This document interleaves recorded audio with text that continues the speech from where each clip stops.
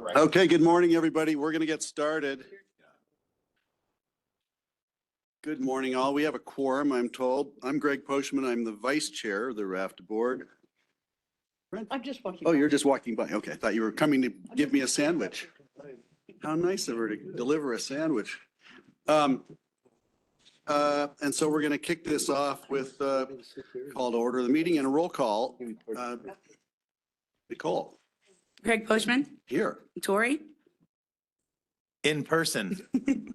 Jeannie McQueenie, Dieter Schindler, Art Riddle, Here. Colin Laird, Alyssa Schenk, here, Francie Jacober, and Bonfall. Ingrid Wusso, present. Online. Get everybody? All right. Hello. David Knight's here too. Oh, David Knight is also. Okay. And Dieter's here from Basalt. You got him, right? Yep. Okay. And Shelley's here. Hi, Shelley. Good morning. Okay, first on, or second thing on the agenda is the approval of the minutes. And either we have a discussion or somebody makes a motion for me. How quick? To approve? I'll second. A motion and a second. Further discussion? Anything else? I don't see any hands up. All in favor? Aye. Thank you.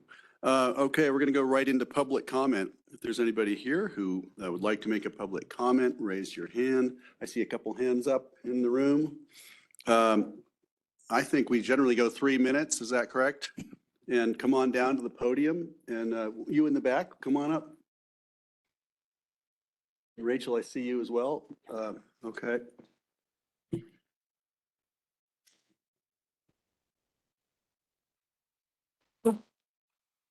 Good Hi there. morning. If you could state your name for us and then go ahead. My name is Patricia Savoy.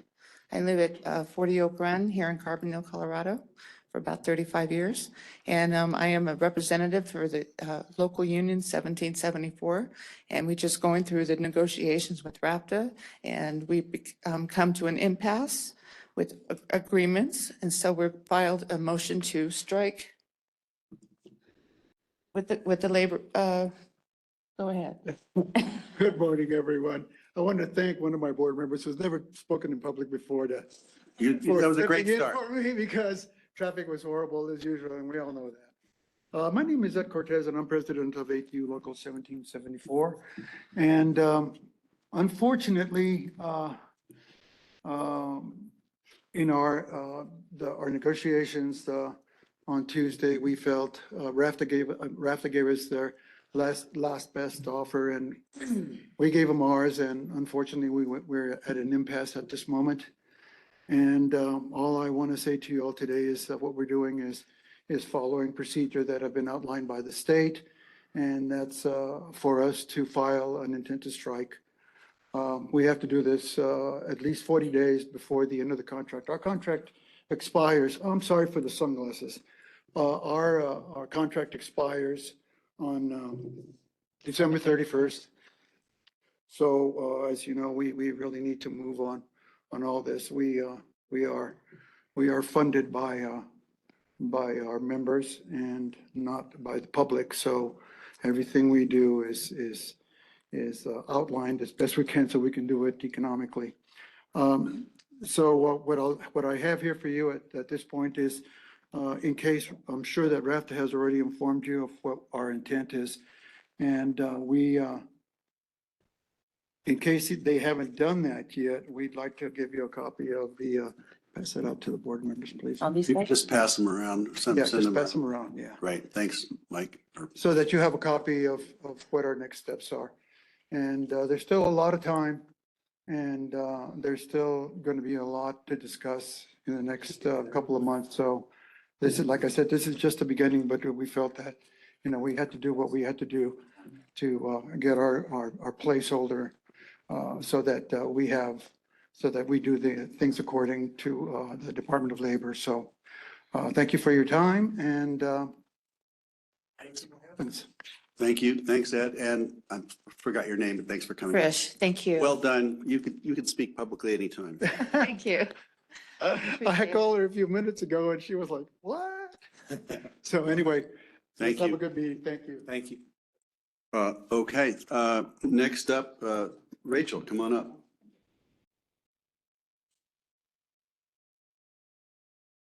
Good morning, everybody. My name's Rachel Richards. I live up in Aspen, and I'm very familiar with RFTA, past history, mass transit, things like that. And as you know, I've been following the entrance to Aspen issue quite carefully, and I appreciate your time. I'll only take a few minutes. It looks like the city of Aspen is going to begin an EIS or an EIS supplemental process soon.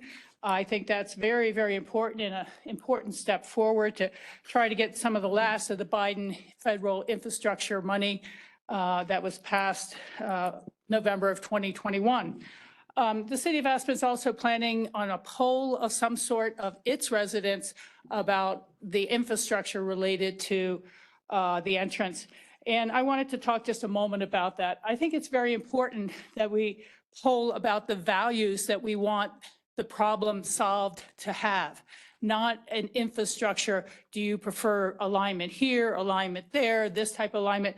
But what are the values? What are the SOV reduction goals of the state? What are the greenhouse reduction goals of the state?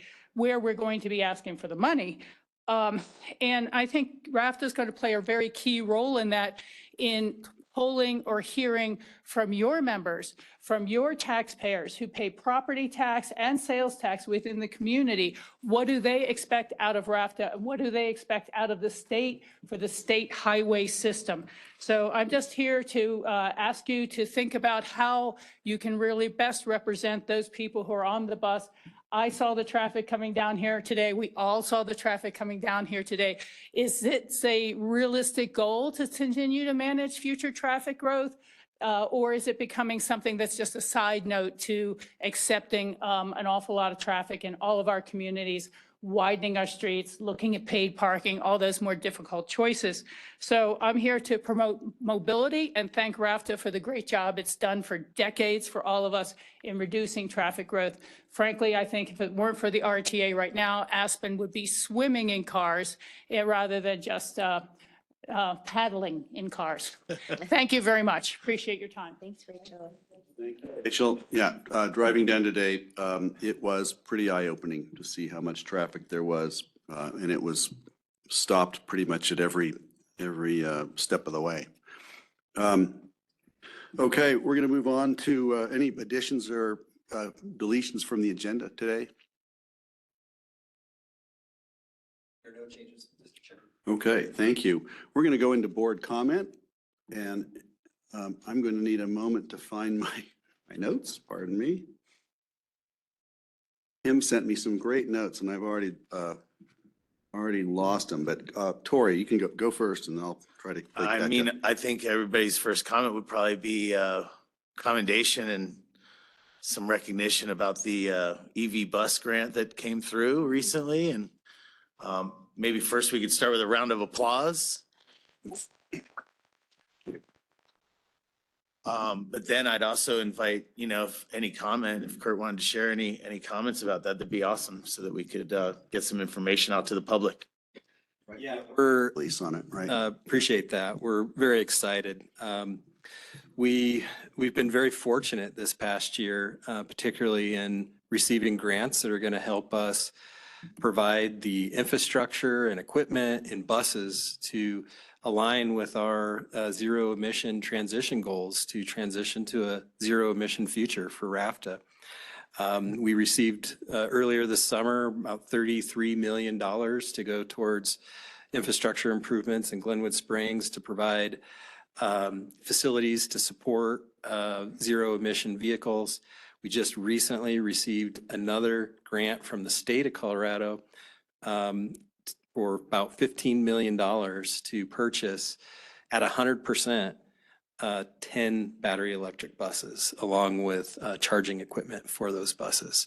So we now will be able to have the ability to provide electric vehicle service up and down the valley, not just in the upper valley. So we're very excited. We'll be placing that order for these buses here soon.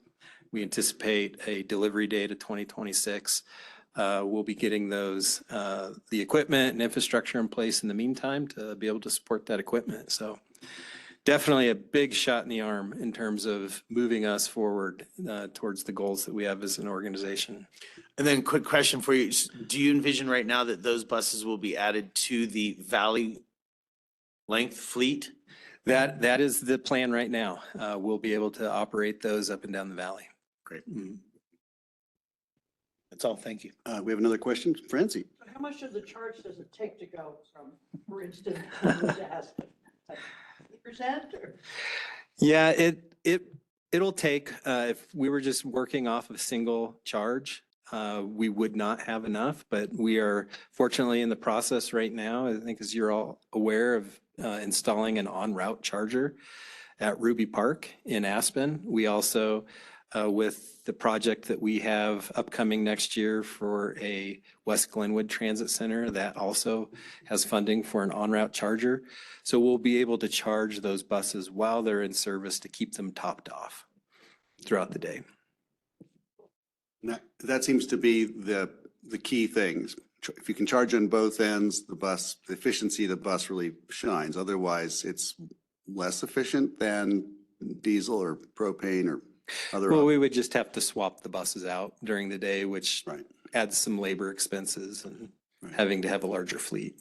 Well, that's really exciting. Tori, thanks you for asking, bringing it up. This is getting, I think, a lot of attention and a lot of enthusiasm publicly. And I am very excited about it. I hope a little bit of jealousy from across over the valley. What's nice is to have a competitor for environmental and green issues over with Vail. Vail's now a serious competitor for Aspen in the Roaring Fork Valley for all the great things you're doing. So we're watching you.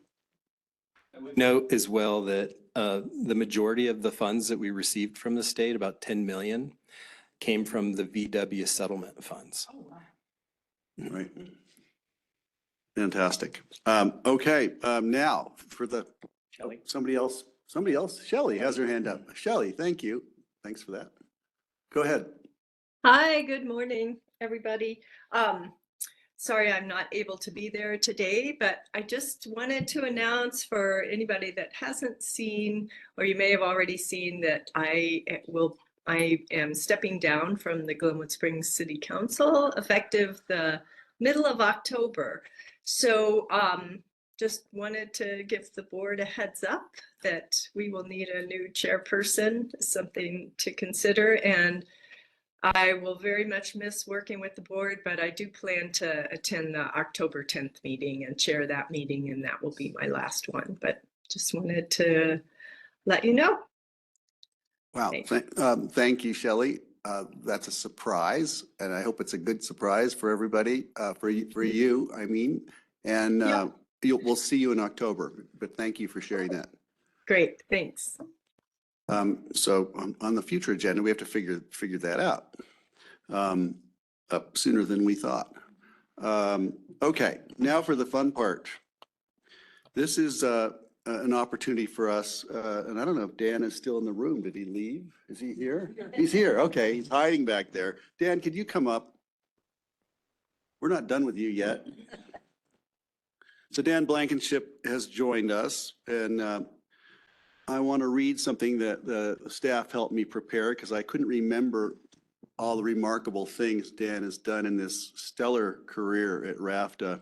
Before it was even RFTA, 35 years of dedicated service to this organization. And I have to say, it's been such a pleasure personally. He sets a very high bar for leadership, and I think I've learned a lot in my 8 years on the board as an alternate and then as the representative from Pitkin County. But Dan has transformed RFTA into a regional transportation authority, a premier regional transportation authority. And his accomplishments include the creation of Velocirapta, acquisition of the Rio Grande corridor, introduction of eco-friendly technologies like battery electric buses. And I can share an anecdote that when we were in Washington last March with Kurt and Francie and a couple of the other guys who, I apologize, I'm forgetting exactly who was with us. We met with the head of the DOT. And when we were there, the DOT said, thank you for this grant request. we're really glad to see this because we always know we get our money's worth from RFTA. And I think that was a compliment for Dan and his leadership, being able to deliver through the years as a partner to the DOT. And I think he's probably made it easier for us to go out and get 10 and $15 million grants and $30 million grants because we are trusted. And it's so great to be part of that organization. And I want to recognize how much you've done to contribute to that. I'm going to continue here. Dan's tireless efforts in building strong partnerships in local communities, securing voter approval for critical funding, have played a pivotal role in shaping our region's transit system. RFTA has received numerous awards, including national accolades like Best Mass Transit System of North America. Does it get better than that? And the prestigious White House Champions of Change Award. I didn't know that. So we're honored to present some things to you here. And I guess it's time to bring them out. Maybe my assistant, Tori, can help me. Yeah, you want to grab that? So this is the book of letters for Dan, written and signed by myriad people. And it's going to be so exciting to share this with you. Come on down. Yeah, you're welcome to approach the dais.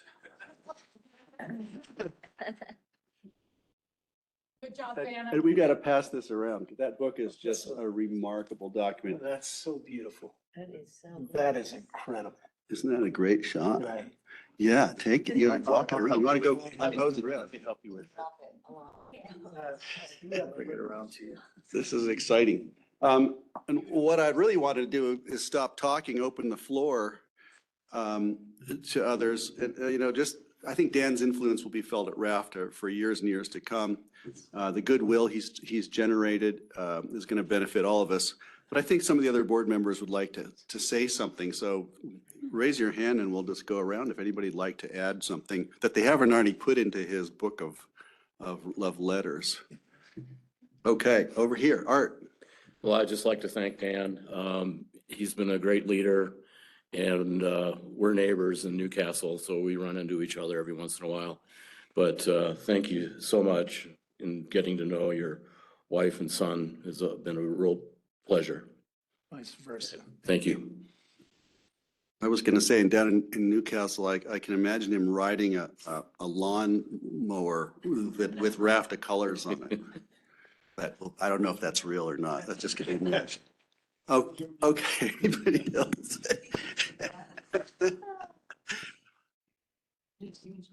Amy, thank you. I We go this stole- way. Let's I just go stole around. his All right, microphone. go ahead. I just wanted to add my gratitude. And one of the anecdotes I put in my card to Dan was about your assistance in, you think of everything. And when I was the board chair, it was just so easy. And everyone thanked me.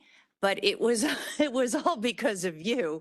And I just kept laughing at this idea of, you do all the work and I get all the thanks. But I wanted to express my appreciation for the fact that everything runs so smoothly and we're always so prepared. And so I also think that the ballot initiative, Destination 2040, would not have happened without Dan's really thinking about all of what we needed to do, because it couldn't have been much more complex. And you made it understandable to the voters, and it's just been fabulous. And we have a real direction because of your leadership. So thank you. Thank you, Jean. Fantastic. That's great. Thank you for saying that. Shelley has her hand up. Go ahead, Shelley. Thank you. I'll just echo those remarks from Jeannie. Also, certainly makes chairing the board easy. And I just remember Dan as long as I've been working with and understanding transit and transportation in the Valley. Dan has been working as a leader of RFTA. So he's very well respected, kind and humble leadership that he's provided has just been remarkable. And so I think it's helped to build a successful organization that forward to that moving forward and continuing. I think we have a great leadership team that he has helped put in place. And just thank you, Dan, for all your years of leadership. Thank you, Shelley. That's great. I see Francie has her hand up. I don't know if you wanted to go around the circle. So, Dan, you have Back. a most unusual leadership style. If only we had leaders like you at all the corporations across the country, not to mention in government. But your humility and your incredible vision have really impacted this valley pretty significantly. But on a day-to-day basis, I think your leadership has been marked by kindness, inclusion, foresight, and a sense of taking care of everybody who's part of the RFTA family. And I don't think that goes unnoticed by everybody who has worked under you or with you. So I hope that we can find some way to find other leaders with those lovely, quiet, humble skills. So thank you, Dan. Thank you, Francie. That's great. Thanks. Okay, Ben. Sure, I'll take the opportunity. Thank you, Dan. I mean, I think all of us in our careers strive for the kind of legacy that you're leaving behind, to leave behind an organization that you built essentially from scratch and led it for 35 years. It's just an incredible thing. And I think it's one of the most challenging organizations to lead because we all come in as board members with our kind of jurisdictional hats and our more kind of parochial priorities. And then we have to take those off and find something that's really a regional approach, and then managing staff and operations and all that at the same time. It's just very complex. And the last thing I'll say is that I think good leadership often is about pragmatism and about taking people's, big ambitions. We want to train and we want to be all electric today and we want all these things. But you've done an incredible job of acknowledging those things and finding ways to move incrementally toward them without, veering off course and changing direction and sort of stay in the course. So thank you for your leadership. Ben, thank you. As everybody said here, so I'm, I guess, about 20 years or 23 years, I met Dan 23 years ago. And been on and off the RFTA board at different times. And, as I tell everybody, Dan is absolutely top of the heap for people that I've worked with in 20 some years of doing this. And your blend of professionalism and personability is rare, and it just it's meant the world. So good luck, Kurt. Well, the good news is Kurt's worked with you for so long as well, and that's just great. And I know that Kurt feels the same way, that he's learned a ton, but you've just been the best, man. Thank you. Great. Thank you. I just want to know that once you're retired, can I still call you or text you at 3 a.m. and get a quick response? No. I'll do my best. I try not to do that now, but I was just wondering if you'd still be available. Go ahead. Hey, ditto to what everybody else has said, Dan. When we had meetings in the Days Inn with pizza, who knew that we'd end up here? And it's thanks to all your hard work. RFTA has become a model of regional collaboration, as Ben said. We're not one county. We're multiple jurisdictions, multiple counties, and we don't always see eye to eye. And you've done a great job of helping us keep moving forward incrementally despite and taking advantage of the opportunities we have before us. RFTA is in a great position to do even more than what you've been able to help it accomplish, and we really appreciate that.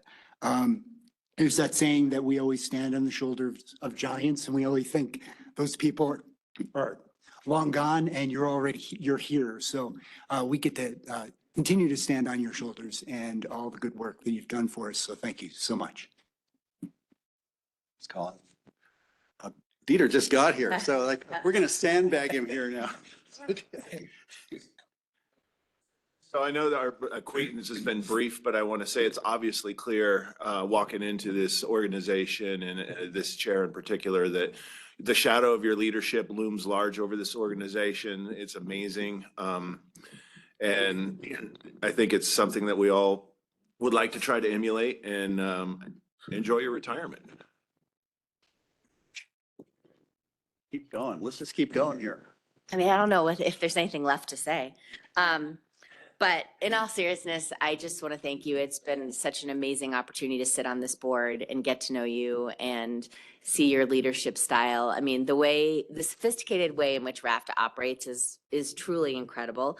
And you yourself are the most amazing communicator. You're so responsive, sometimes a little too responsive, as you know. And you really have set RFTA up for success for a long time to come. And I'm confident that you have picked the best leaders you possibly could to fill your shoes. So thank you. That's right. Yeah, now we'll hear from council. Well, I want to say, Dan, for me, it's been a privilege to work with you. You've been a great friend. I've enjoyed every minute of it.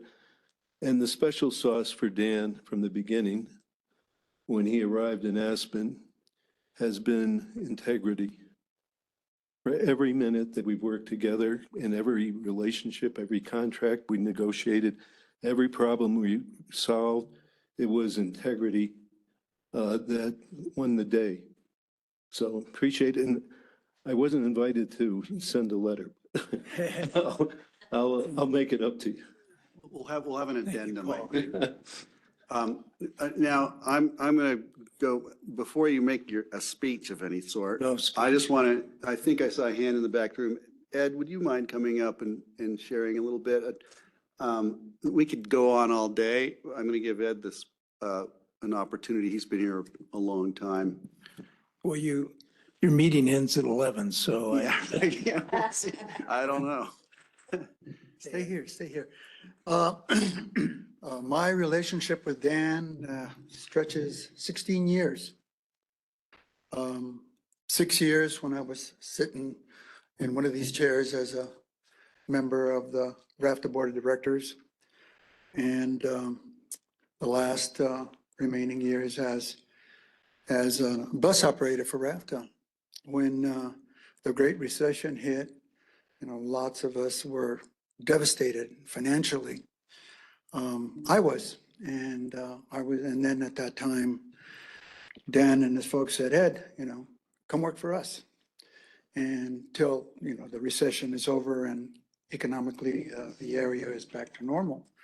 And I did. And however, after the recession, I decided to stay because as a RFTA board member, we as board members make policy decisions, important decisions, but as an employee for RFTA, it's a whole new world, and it's a world that you all don't know and a world you don't understand, which is why I'm standing here today.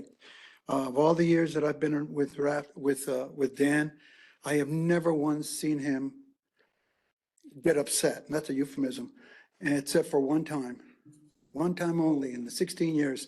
And of course it was aimed at me. I just want to say that a good leader leads from the front. And that's exactly the type of leader that Dan has been. And the guy's a great guy and I have great admiration for him. And we're going to miss him. We're going to miss him. So anyway, that's all I have to say. Thank you for letting me speak. And Dan, my friend, thank you. Thank you, Ed. Thanks, Ed. Okay, that was fun. Okay, now, Dan, is there anything you want to tell, refute any of the accusations made? You have to make an appeal here with this. We haven't even run the resolution to approve your retirement yet. Well, first of all, thank you so much for this tribute, this honor, really. It means a lot to me. And it seems like I've been saying goodbye now for about a year and having parties and awards and things like that. And I think this is a time to kind of put a period in it. You couldn't have done more to make me feel appreciated than you've done. And you've said a lot of kind things about me and how well the organization runs. And really, the reason that it runs so well is because of you and because of all these staff people that are sitting out here and so many more that are behind their desks or behind a wheel or behind Crescent Ranch, you know, that are working night and day to keep the organization running smoothly. Excuse me. Kurt deserves a lot of the credit for the last year or more. He has pretty much been running the show. So the step from chief operating officer to chief executive officer has been a pretty short one for him. And he deserves a tremendous amount of credit for how well things have been running, especially in the last few years. And he's made an impact from the day that he got here. And he has contributed to the successful election that we had in 2018, his ability to kind of brand things and put complex information into bite-sized chunks that people can comprehend and are graphically appealing with help from Jamie Tatsunu, who is now the public information officer here at RFTA. So they deserve a tremendous amount of credit. Mike Yang, who's always bringing me coffee and water whenever I get a little congested. Craig Dubin, who's the new chief of staff, been working behind the scenes, just doing a tremendous amount of work to make RFTA more efficient and a better organization. So you all deserve a tremendous amount of credit. I know the organization is going to thrive and it's going to do well into the future, and amazing things are going to happen. Amazing things. Nicole Schoen has helped me tremendously. Paul Tadoon, each one of you. I mean, the vision of the board, really, I had no vision. It was your vision that I just tried to implement and do the best that I could to try to make it a reality. So you all deserve a tremendous amount of credit. And again, I thank you really from the bottom of my heart for all that you've done for me and for the tremendous opportunity that you've given me to serve, which is kind of my life's mission, as I've said before, due to my faith in God. And I've just been blessed to be here. Thank you very much. And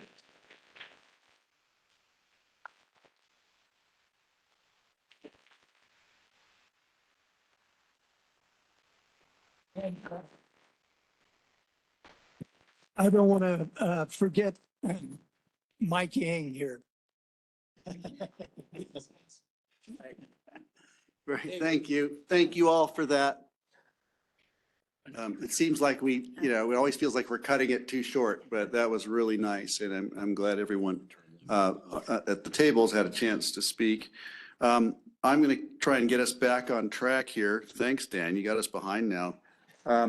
Consent agenda, we've got two items. There's a resolution, which is an IGA between RFTA and CDOT for maintenance of 27th Street underpass. We've got the authorizing CEO to correct a typographical error in RFTA governing policies manual. This is the sort of thing we could vote on in one swoop, right? But I want to see if anybody, I see we've got Ben Ludlow's name on this and David Pesnichak's on here as well. Do we want to present on this? I'm going to look to you guys if we need. This is the consent? Oh, I'll make a motion. I'll make a motion to approve the consent agenda. Second. We have a motion and a second. Further discussion? All in favor? Aye. Aye. Well, that was easy. Thank you. Okay, presentations, action items. Castle Creek Bridge update. Kurt and Pete Rice. Pete's here. Excellent. Come on down. Welcome. Welcome to Carbondale, Pete. Pete's the City of Aspen Director of Transportation and Parking. And Carrie, take it away. Yes, well, thank you, Mr. Chair. We're visited today by Pete Rice, and I know Jen Newton from the city of Aspen. I see Lynn Rumbaugh back there as well. And our board members had requested an update on the conversations regarding the entrance to Aspen and future plans for the Castle Creek Bridge.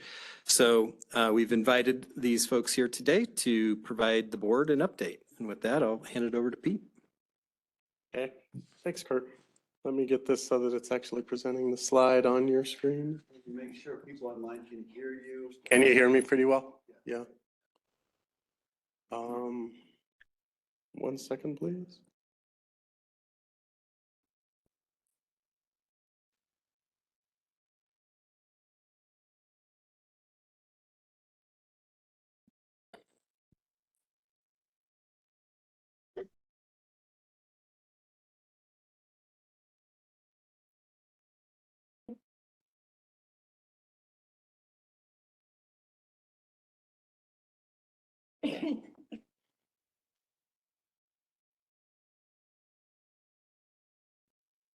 Okay, we're good to go. Kurt did the introduction, so I'll jump on. We're here to talk about the Castle Creek Bridge and the entry to Aspen. To start with, we're going to try to share a video, and I pray the volume works on this. Otherwise, you're not going to get a professional voice. You'll get my play on it.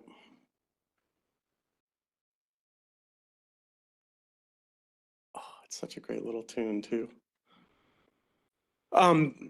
All right, this started 30 years ago. You're going to get my voice today.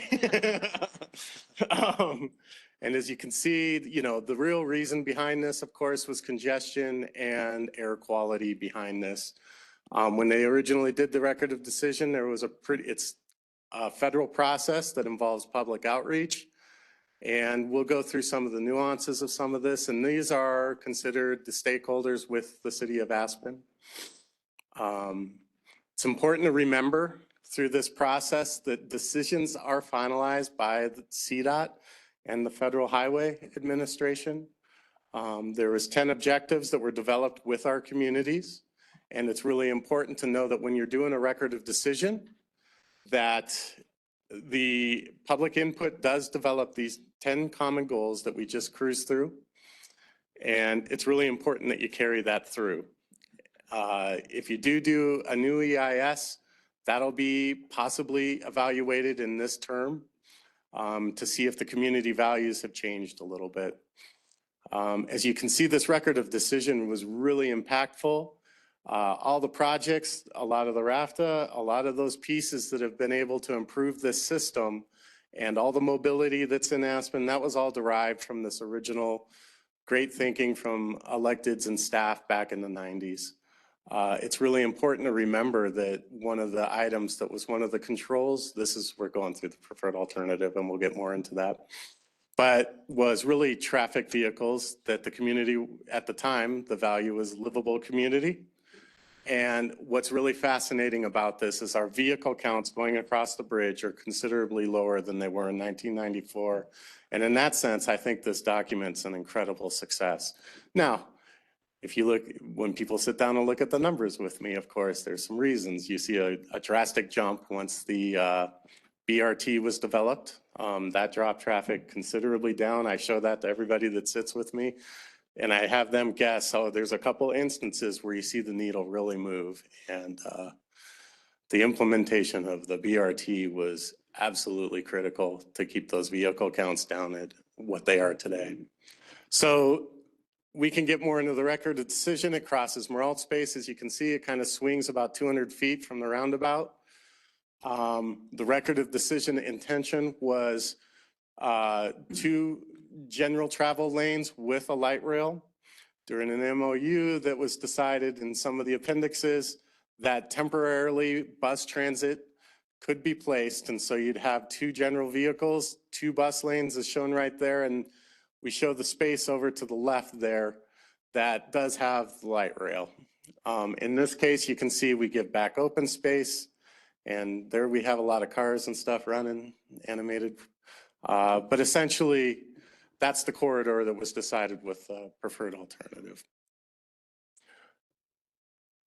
And I think we're good because you can't hear what they're saying anyway, so we're gonna move on. Hopefully, I am not the professional voice that they were, but. Okay.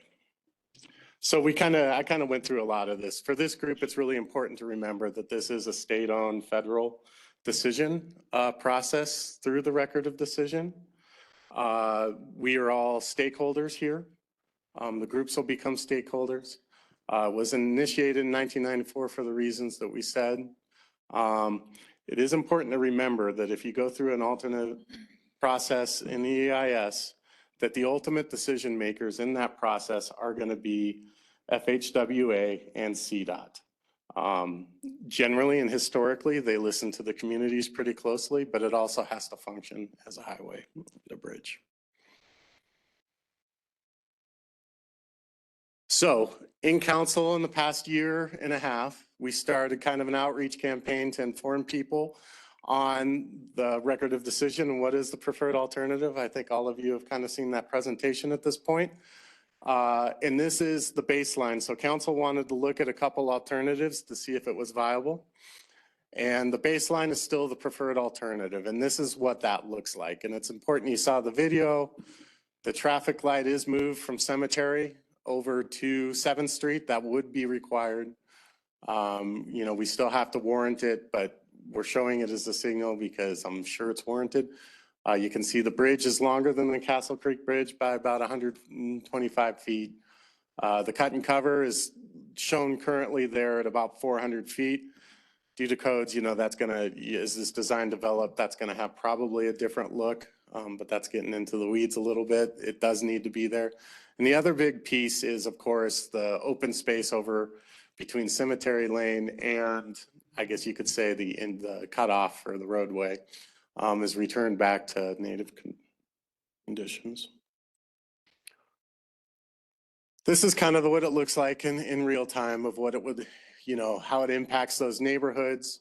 There isn't a magic bullet solution for any of these alternatives. And as you can see, the Aspen Villas on the north side there, it absolutely changes their view lines and impacts them a great deal. And on the south side, you see a little building there that's right by the road. That would need to be relocated in the final plan. It is drawn, that is the one thing in the record of decision that is actually stated is that Burger Cabin would need to be relocated. So that kind of gives you a bird's eye view of what the impact it has on those communities.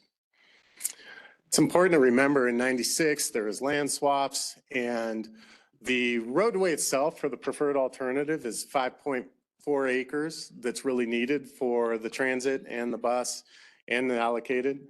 That was done through a transportation easement currently. So there is a current transportation easement. There is some pieces that you still would need to acquire in this process that are closer to the Main Street side. In that transaction, though, between the Thomas and Merle sections, which is, if you split it, 2.9 was for one. And we got the Mills open space. So if you look at Brush Creek and you see that swath down by the river, that's essentially your open space swap. And it was a net of 31 acres that went into open space in that transaction. The reason we're talking about this a lot lately is the bridge end of design. Typically, you want to have a plan in place at the end of the design life, right? 2011 was the end of the design life. We've been out on that bridge several times, even in the last 6 years, making sure that we meet the rating of fair. We're on that very teetering of going into what's considered a poor condition. And we've done several evaluations. CDOT is doing their 2-year inspection on September 25th, which will, you never know if it goes into a different category, but I would anticipate that we just did this last November, that it would probably be in a similar category, just for your information. But keep in mind that we are well past the design life. That typically means that you have a lot of outages, repairs, and keep in mind that that impacts the community a great deal when I have to stop traffic and be able to go out on a bridge and fix it.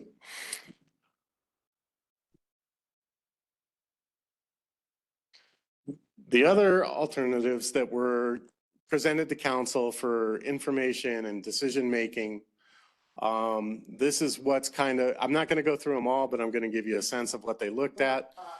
One of them is a 3-lane bridge in the current location of the Castle Creek Bridge. Essentially, this ties into several scenarios of where you improve the S-curves and maybe a bypass lane around the roundabout for transit. But essentially, you have an outbound bus-only transit lane and then 2 general traffic lanes. As you can see, there is no, you cannot put 4 lanes over in this location without substantial acquisitions that I don't think are feasible when we are doing this analysis. There is, again, similar to the preferred alternative, definitely some acquisition pieces on this in order to make this option work.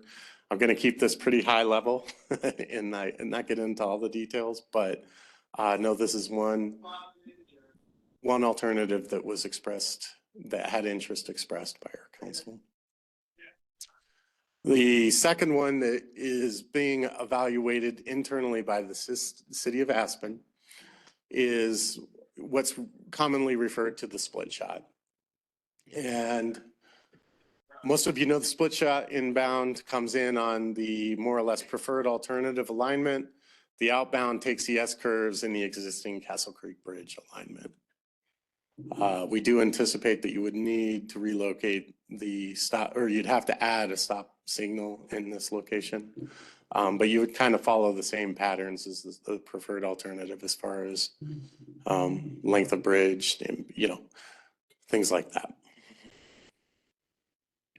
This is what it would look like.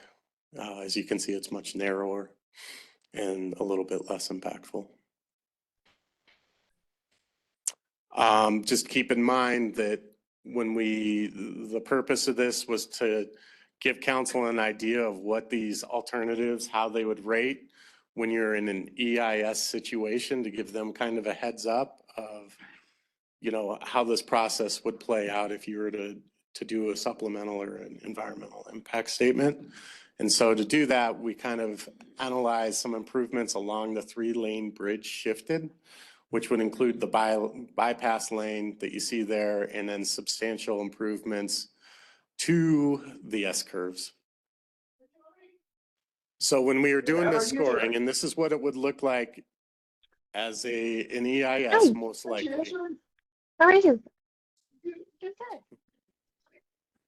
What it would look like. And so the preferred alternative is 3, and the split shot is 4. And the 5, it's a little bit confusing without getting into all the details, but essentially consider 5 as like a corridor look. So some of the improvements that are coming out of the airport, that inbound, we all know that there's a 3-lane merge that sits out there. Some of those improvements are included in option 5. And so option 5 is essentially the 3-lane bridge with all the improvements kind of included. And you can see that starts to rate up pretty similar to the preferred alternative when you add those pieces to it.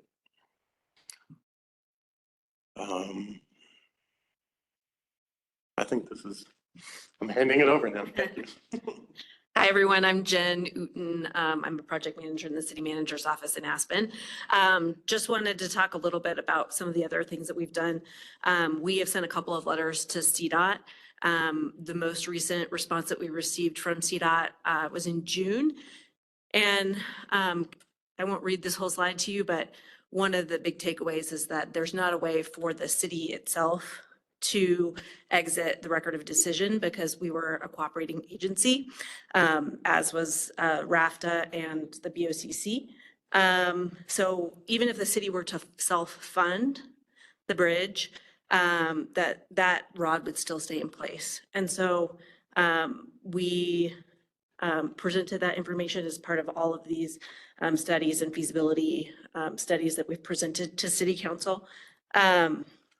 Here's that list of cooperating agencies that was part of that original process. Notably, Snowmass Village is not on this list. Certainly would anticipate that in the future process that they would be, and that this list would, of course, grow. So the Aspen City Council direction that we have so far is to send another letter to CDOT to basically open the dialogue to start the process to replace the existing Castle Creek Bridge and to also simultaneously understand the process to consider a new split shot alignment. We also recently, this week, have had City Council adopt a resolution that related to basically scoping or opening that federal process to allow an alternatives discussion.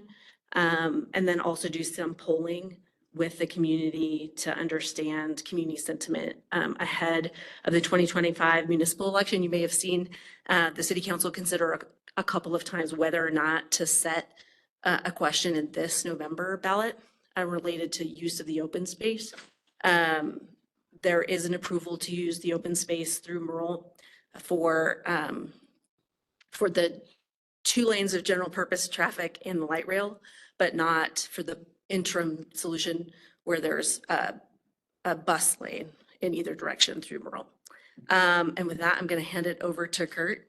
And if there are any questions that you have for us, we're certainly here to answer any questions that you have.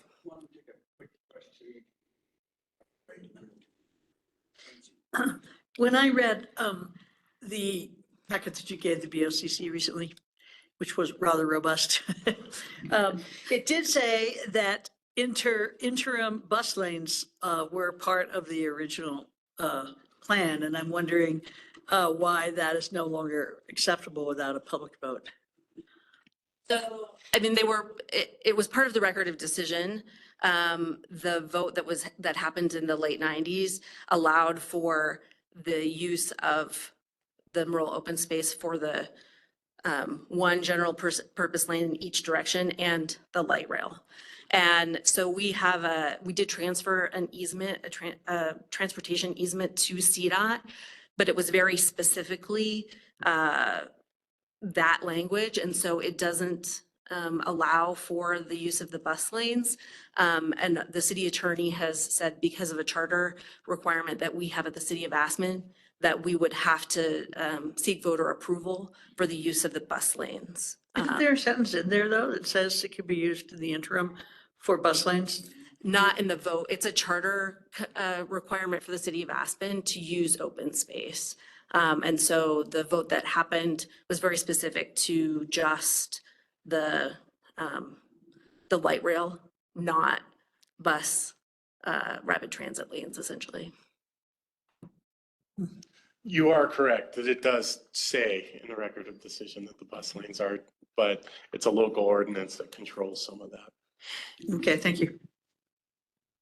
Questions, comments? I didn't want to ask about the polling. Do you have a question? Sure. I want to add a little color to this. So what you just saw were a couple of different alternatives. The slide that's up right now refers in a bullet point to a new split shot alignment that was a design engineered by Parsons several years ago that goes around the Merle open space and is depicted as not requiring a traffic light at 7th and Main as well. The big reason that we are looking at this is because, there's a couple of sticking points. A 400-foot tunnel entrance, 5-lane. Right now, the preferred alternative is a 5-lane solution. That's a transit corridor, and then 2 bus lanes and 2 transit lanes, or general traffic lanes. And, what we hear from our community is that there could be a better solution than a 400-foot tunnel and a new traffic light at the end of Main and 7th. So we want to explore those. The modified split shot that we're looking into stays along the same alignment. It does have dedicated bus lanes both in and out. It has 2 general traffic lanes as well, but it's possible that it avoids the tunnel and it avoids the traffic light. That's just one solution. The 3-lane bridge solution has been forwarded because one of the things that was attractive about it was that it's been given to us as the opportunity to actually maintain 2 traffic lanes during construction. So would the 3-lane be a future alignment solution? No, but a 3-lane bridge could be an interim solution while the other solutions are still being worked out.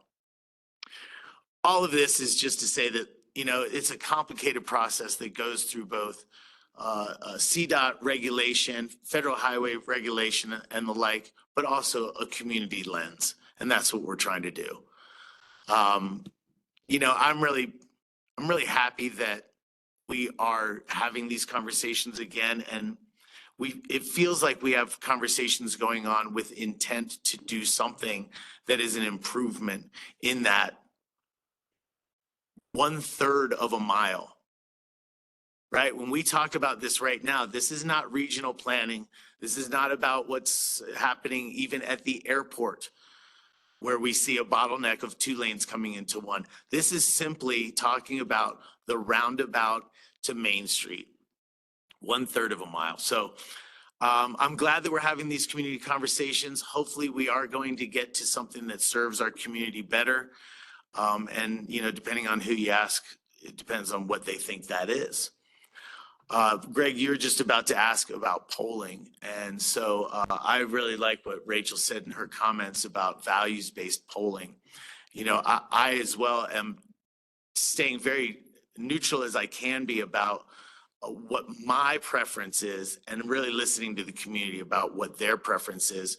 But it's through the lens of what we're trying to achieve. And it needs to be that way because in this issue, as we've seen over the years, there's many people that have personal stake in it, whether it's the Burger Cabin or the Villas of Aspen or the people that live along the current alignment. People down valley perhaps that think that this is going to improve their commute times. And then of course, mass transit, which I think we all have support for. So it's a very difficult, complex solution that we're looking for. And again, it's not going to solve it. I mean, the big deal here is we've got more cars and more traffic heading up valley than we can really handle on this roadway. So we're going to do the best we can to improve it. Will we solve it? I don't think that's likely. When it comes to polling, we'll see. We haven't worked out what those poll questions are, but what we're going to try to do, along with the suggestion that Rachel has, is we want to poll the community on what their values in interest in this is, and then also perhaps what they see as best suited for community. So. Great. Thank you. And what's the scope of the poll? How far afield are you going to be polling? Is it? We haven't determined that yet. We do have in our language that we are interested in making sure that we can separate out those that vote in the city of Aspen. And the reason for that is that, as Pete was saying, right now, there's the potential that a vote is necessary by the citizens of Aspen, the voters of the municipality, for the use of the open space for bus transit, because that was not granted by the previous vote.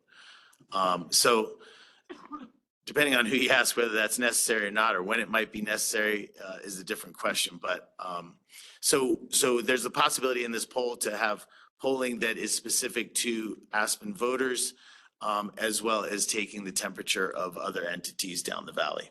Great. Thank you for that. Sorry, Kurt, we kind of interrupted the flow there. I'm going to get back to you. Yeah, no, I really didn't have a whole lot more to add, other than one, thanking the City of Aspen staff for coming here today to provide our board with this update. As was shared, this is a state-owned facility. The process that was conducted back in the mid-90s by CDOT and FHWA and all the various stakeholders involved evaluated a set of alternatives through a NEPA process. And at that time, the preferred alternative that was selected, being reviewed against the alternatives that were on the table at the time, that preferred alternative of the modified direct alignment is what was selected. And that was also what RFTA supported at the time based on the alternatives being evaluated. I know our board of directors in, I believe 2002, did pass a resolution formally supporting the preferred alternative.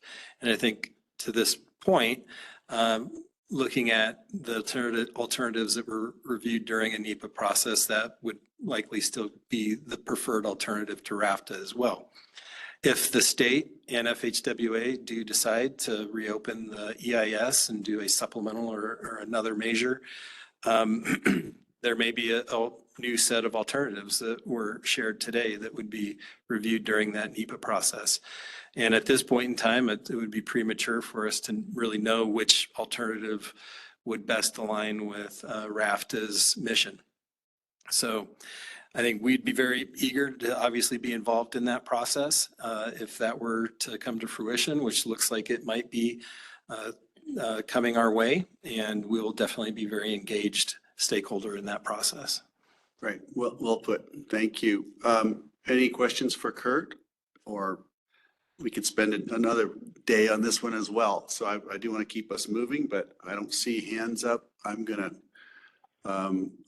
to, oh, we have one calling. Well, I was just wondering, as the city goes about its polling, if it's valuable for RAFTA to consider some larger regional polling in conjunction with them, per Rachel's comment around values. Maybe we just take what they're doing and just make it regional, just for context. My guess is if this does go to a supplemental EIS or is reopened in some way, that those efforts would be taken through that process. I think for RAFTA, we recognize that the considerations that the city of Aspen has are much broader than the considerations of RAFTA. So we understand that there are a lot of things that city of Aspen needs to consider in this process. We're simply looking at how we can most efficiently and reliably get our folks transported in and out of Aspen. So. Thank you. I would just add that in conversations with CDOT, we heard that, you know, a record of decision that's 23 years old is pretty stale. And it's not uncommon to they go skedaddle after 8 or 9 years is kind of what we were told. So it wouldn't be a surprise if they want to, if there's another EIS or even opening the record of decision somehow. That remains to be seen, but I'd say let's not be surprised if that's the direction it goes. Okay, and I'm going to keep us moving. Thank you. Thank you so much. Thank you for coming down. I understand it better every time you give this, and I'll just keep coming to these things. We're getting better. Okay, is Paul Hamilton here? Yes, thank you, Mr. Chair. We got Paul and I believe David Carl who are going to present the first draft of the 2025 RAFT budget. Thank you.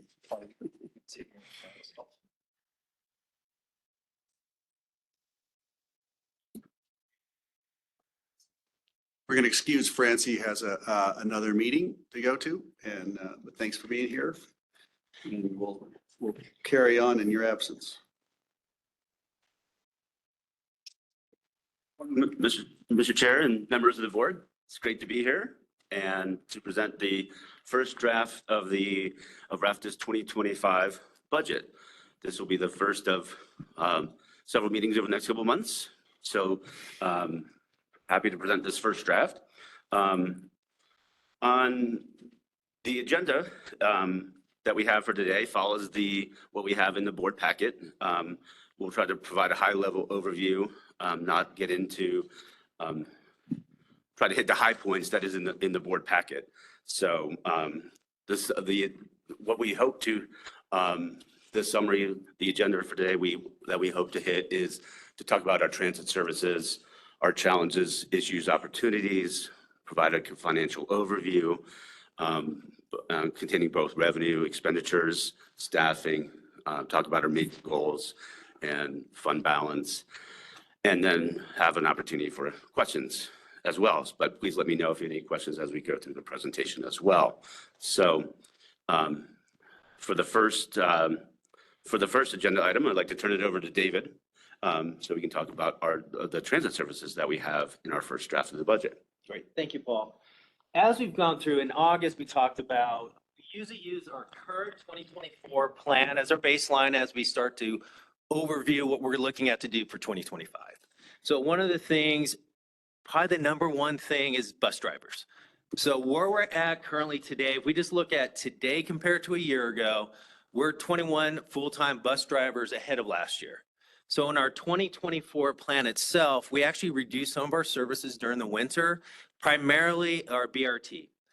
As we've gone back and we're looking at ridership, and I'm not sure if we can enlarge this, just the graph portion. And this is just giving us a trend line of where we've been over, and it starts with 2019 up to where we're at 2025 projection.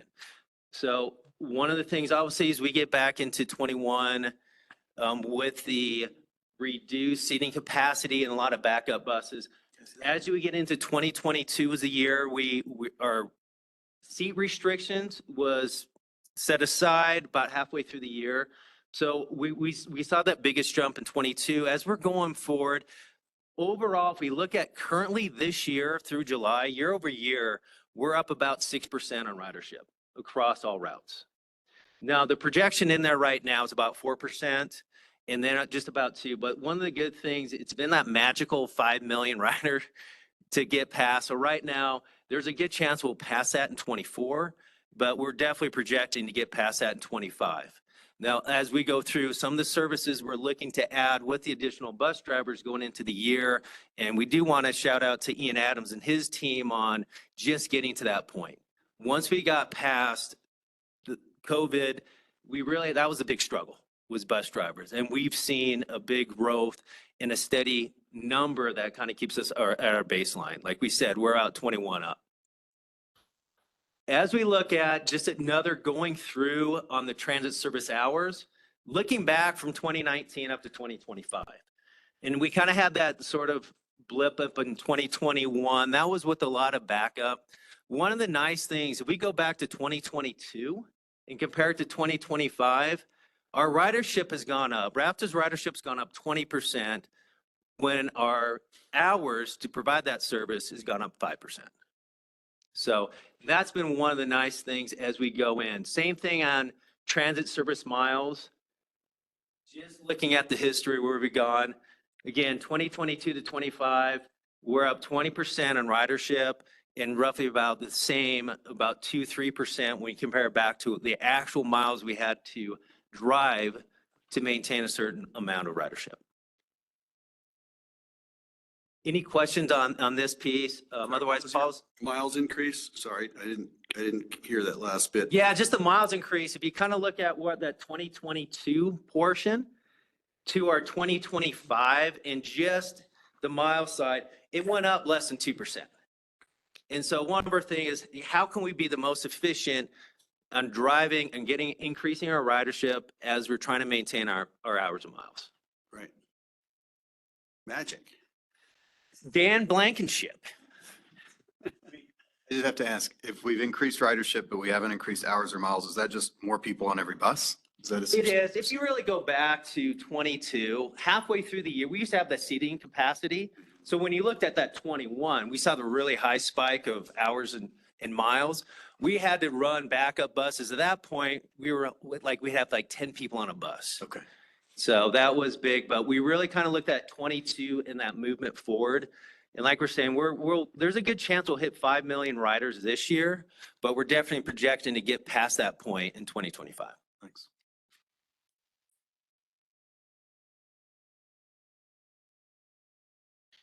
Moving on to the challenges, issues, and opportunities that we have in the budget. Wanted to touch on a couple points here, and the first one is we do have a couple new capital projects that are being completed this year that we're incorporating into the budget for next year. The difference being the 2025's budget will be the first full year of having operating and maintenance costs for projects such as the GMF 3457 project, Iron Mountain Place, and the 27th Street underpass. So that's causing an increase in costs, and we'll touch on that more later with some of our expenditures items. We also have the housing policy, which is it's a work in process and is also part of our strategic initiatives, which will be incorporated into the second draft budget. We continue to monitor legislation related to property tax revenues. We're in touch with the various property tax assessors as well as bond counsel, trying to forecast any potential legislative changes as we go through the budget process. We do anticipate in the second draft budget to have property tax revenues decrease, but what we haven't been able to quantify that yet. So that is a work in process. We do also reach out to members, jurisdictions, finance directors, reached out to them on their sales and use tax, kind of get their sense of where their sales tax collections are going. And I have a slide that shows the projections of their 2025 estimates, and we'll touch on that later as well. We also are in discussions with Garfield County. I'll touch on that later as well. Let's see here. Insurance premiums. We're continuing to work with our brokers on both general business insurance and health insurance. Current estimates is about 15% increase for general business insurance, but again, we're continuing. That's a work in process as well. We are working with our HR team on health insurance, and we're investigating all options with our HR team and our broker, whether it's our current provider or the Valley Health Alliance or new options as well. So that is a work in process as well. And then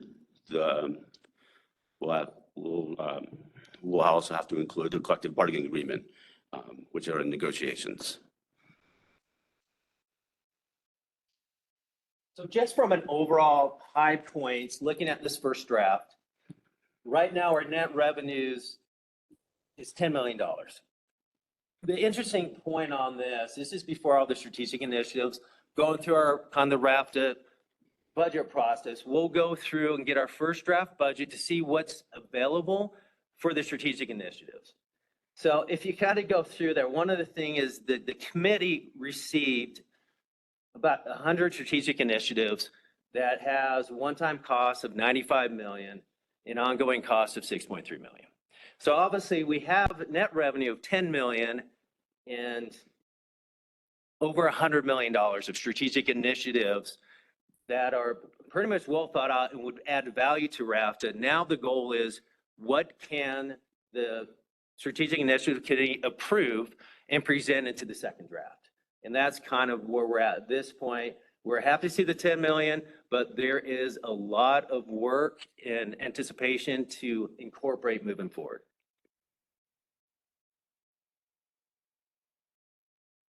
Just on kind of a high note of where's our, this is an overall revenues. Stop, man. Okay. So the $92 million of revenues, if you kind of look at it in twofold, 2/3 of our revenues come from taxes, whether it's sales and use tax or property taxes.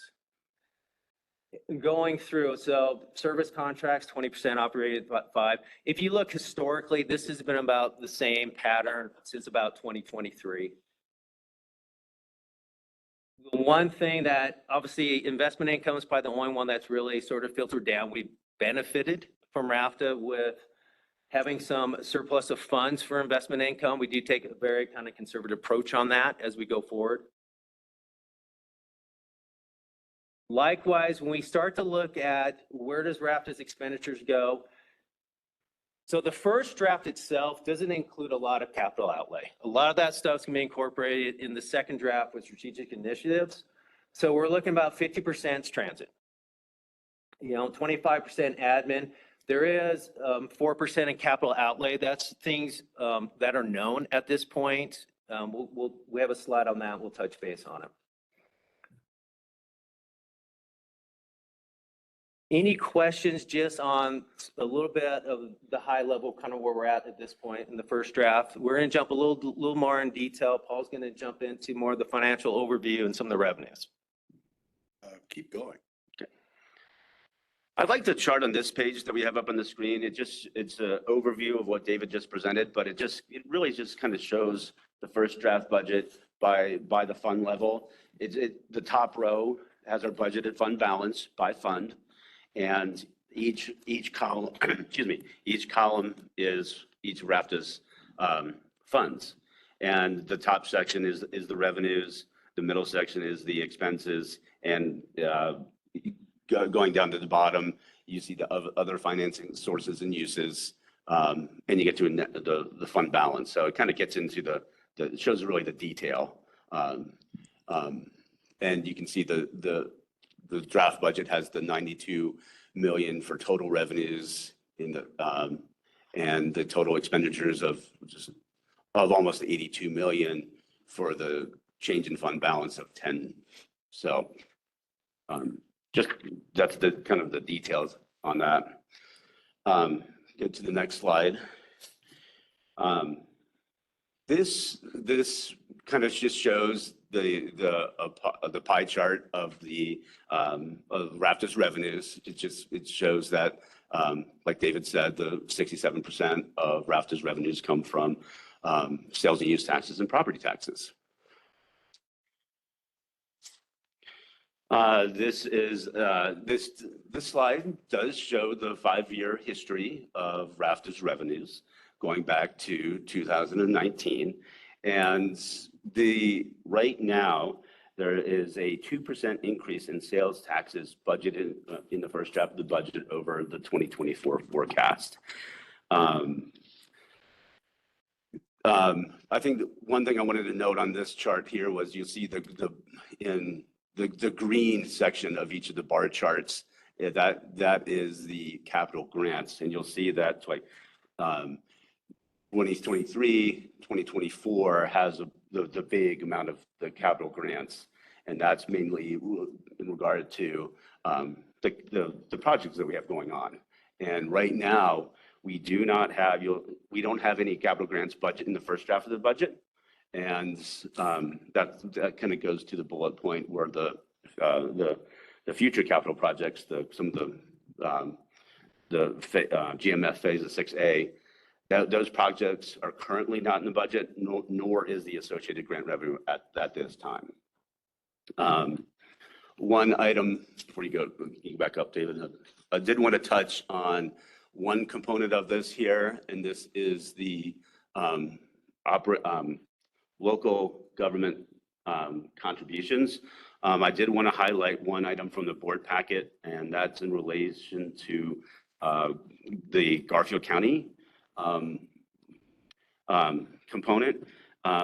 We're currently assuming in the transit plan for the full Grand Hogback service, and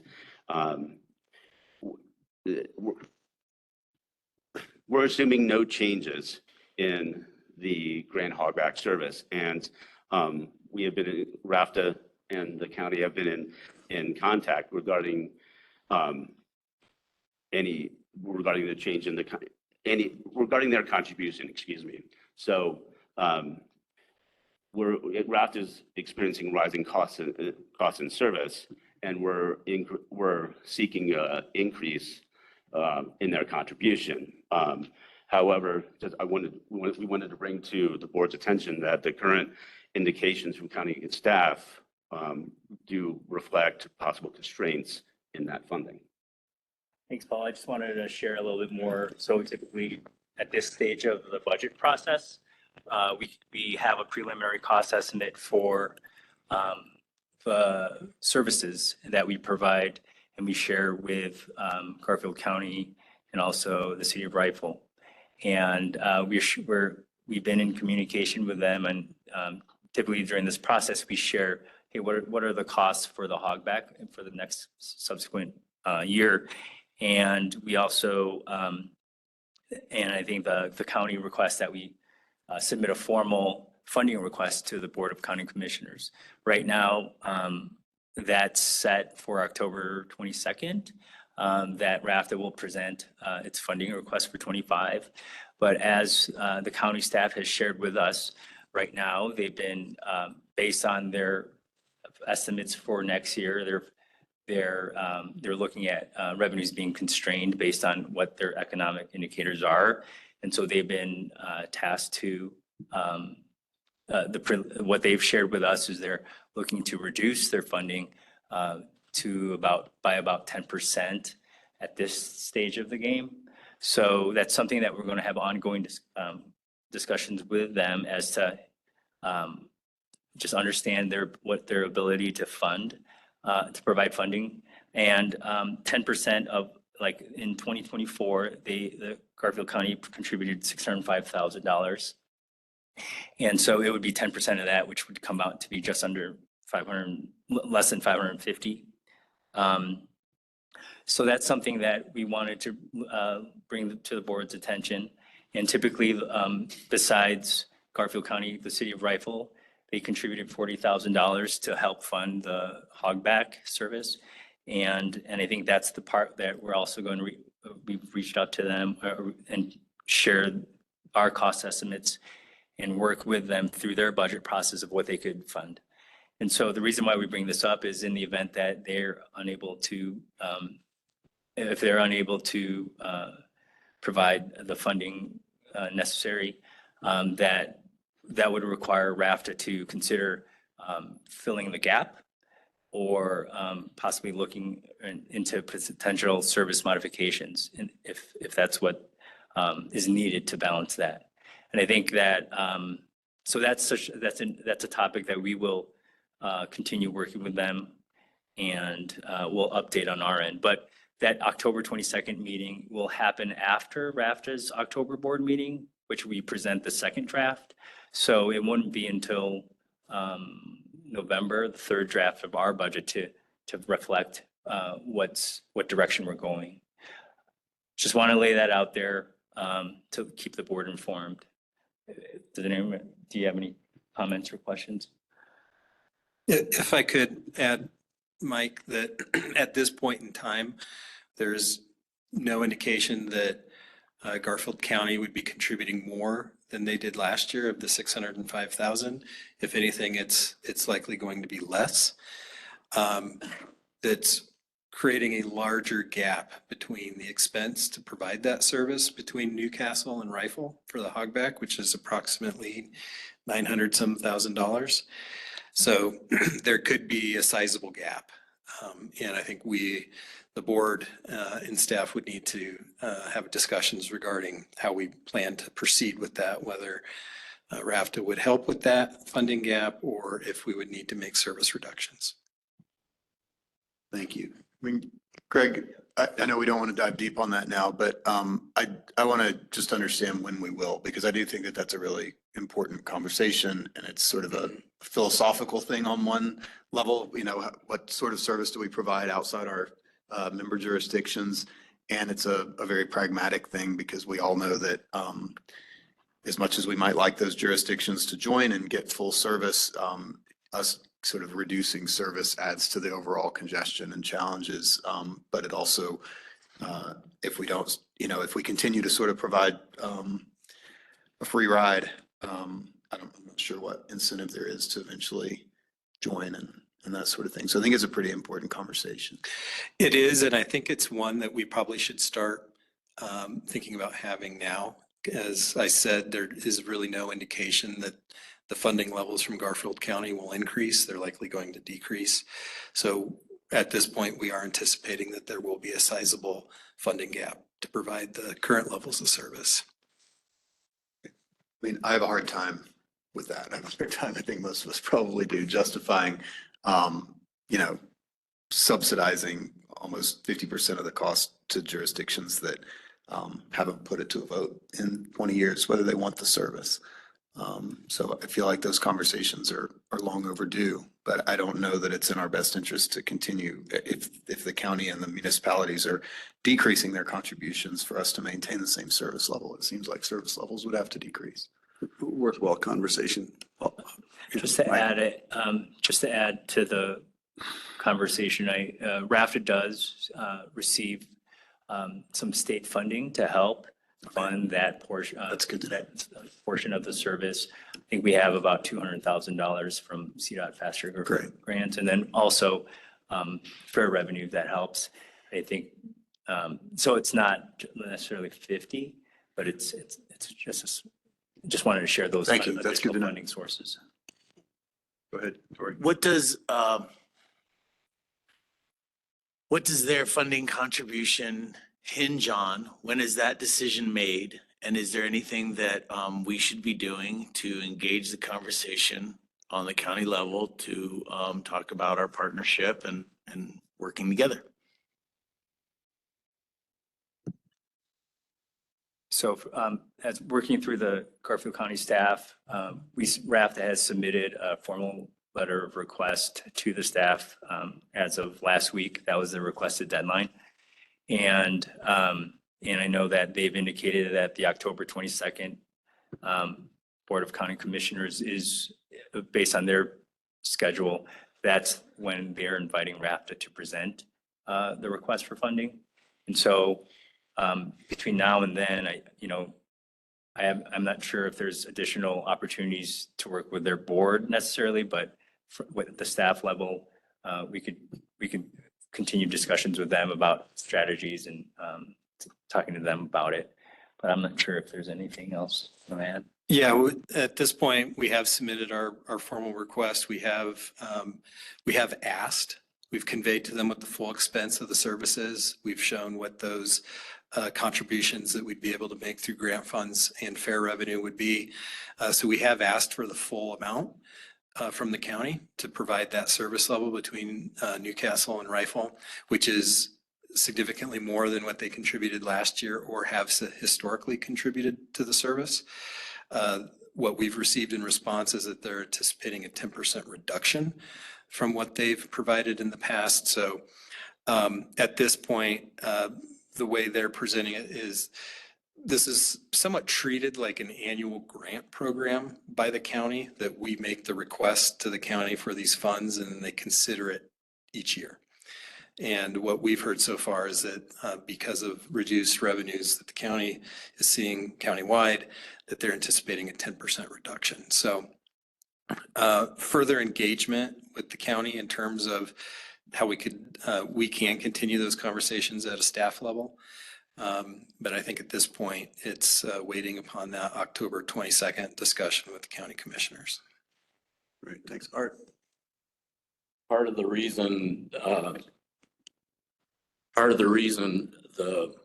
there might be a decrease is that the county's mineral severance tax is down 60% this year, which is a reflection for the town of Newcastle also. But I'm with Ben. I struggle with this a lot. The fact that I know transportation is needed to go to Rifle, but I've tried to hammer them left and right for the last 8 years or more to join, and they are just stubborn. And if we cut their service, maybe they'll turn around and join. So I'm right there with Ben on his comment. Thanks, Art. I feel a need to keep this meeting moving and we're falling behind. But I'm just going to tell you to talk twice as fast and we'll be all right.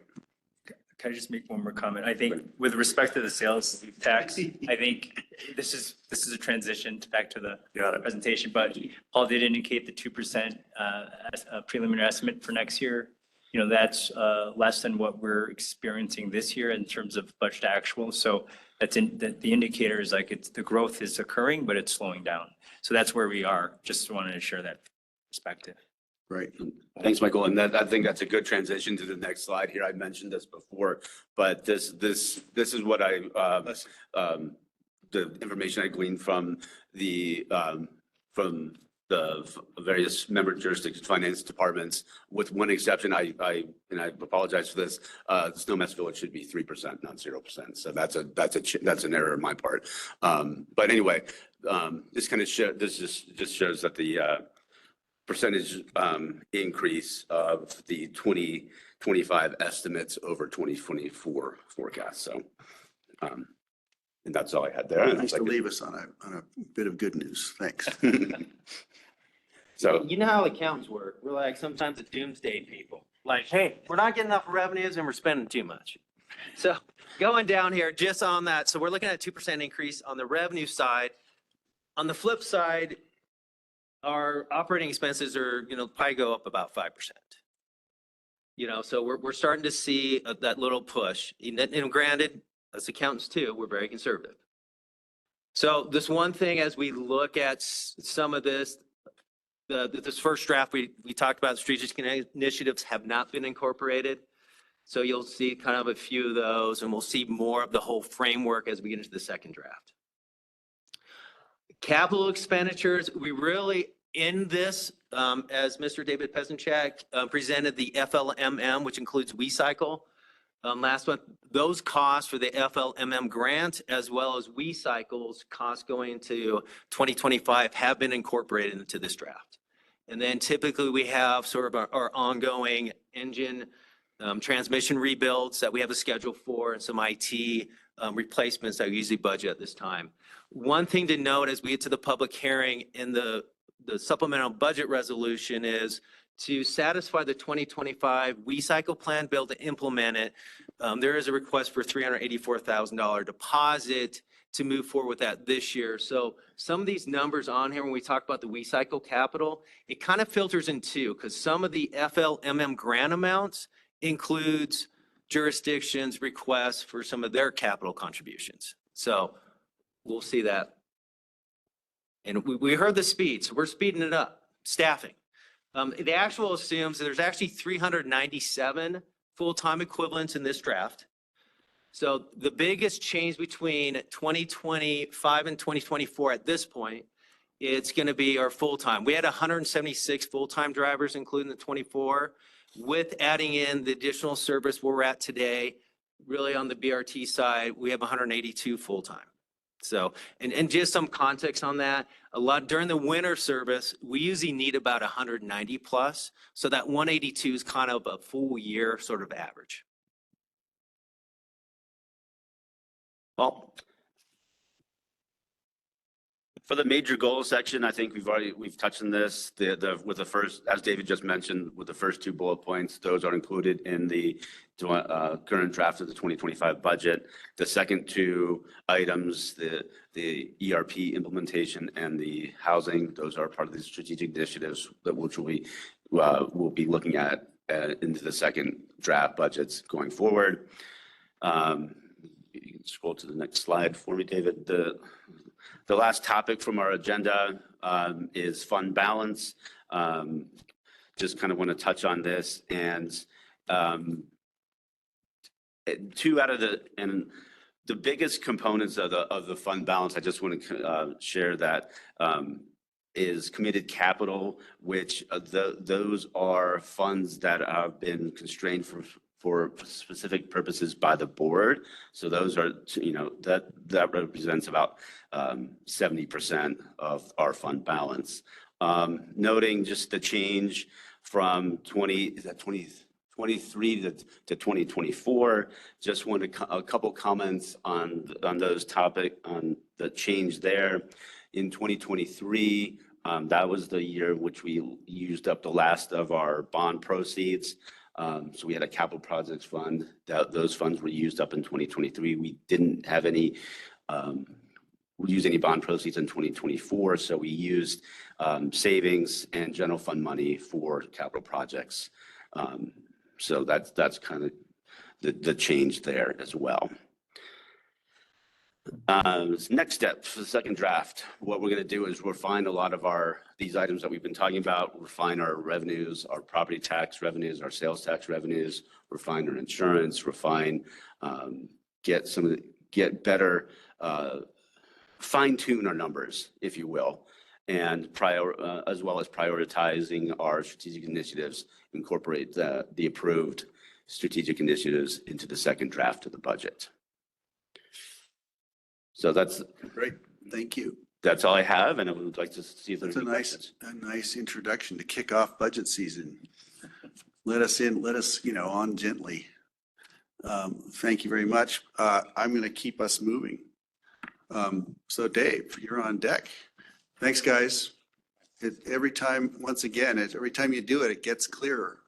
All right, thank you, Mr. Chair. We have David Pezinchak here, ready to provide our continuation of our discussion on our first and last mile mobility. So Dave, I'm going to rush you also, but I I'm know going to you'll go as get fast it. as I can. See if I can choose the right screen here first to share. All right. All right, so what I've got for you here today is the presentation on first last mile mobility, really focusing on the first last mile mobility reserve fund and the demands that we have on that fund to give you an idea of what it's looking like long term. If I can get it to change slides, there it goes. All right.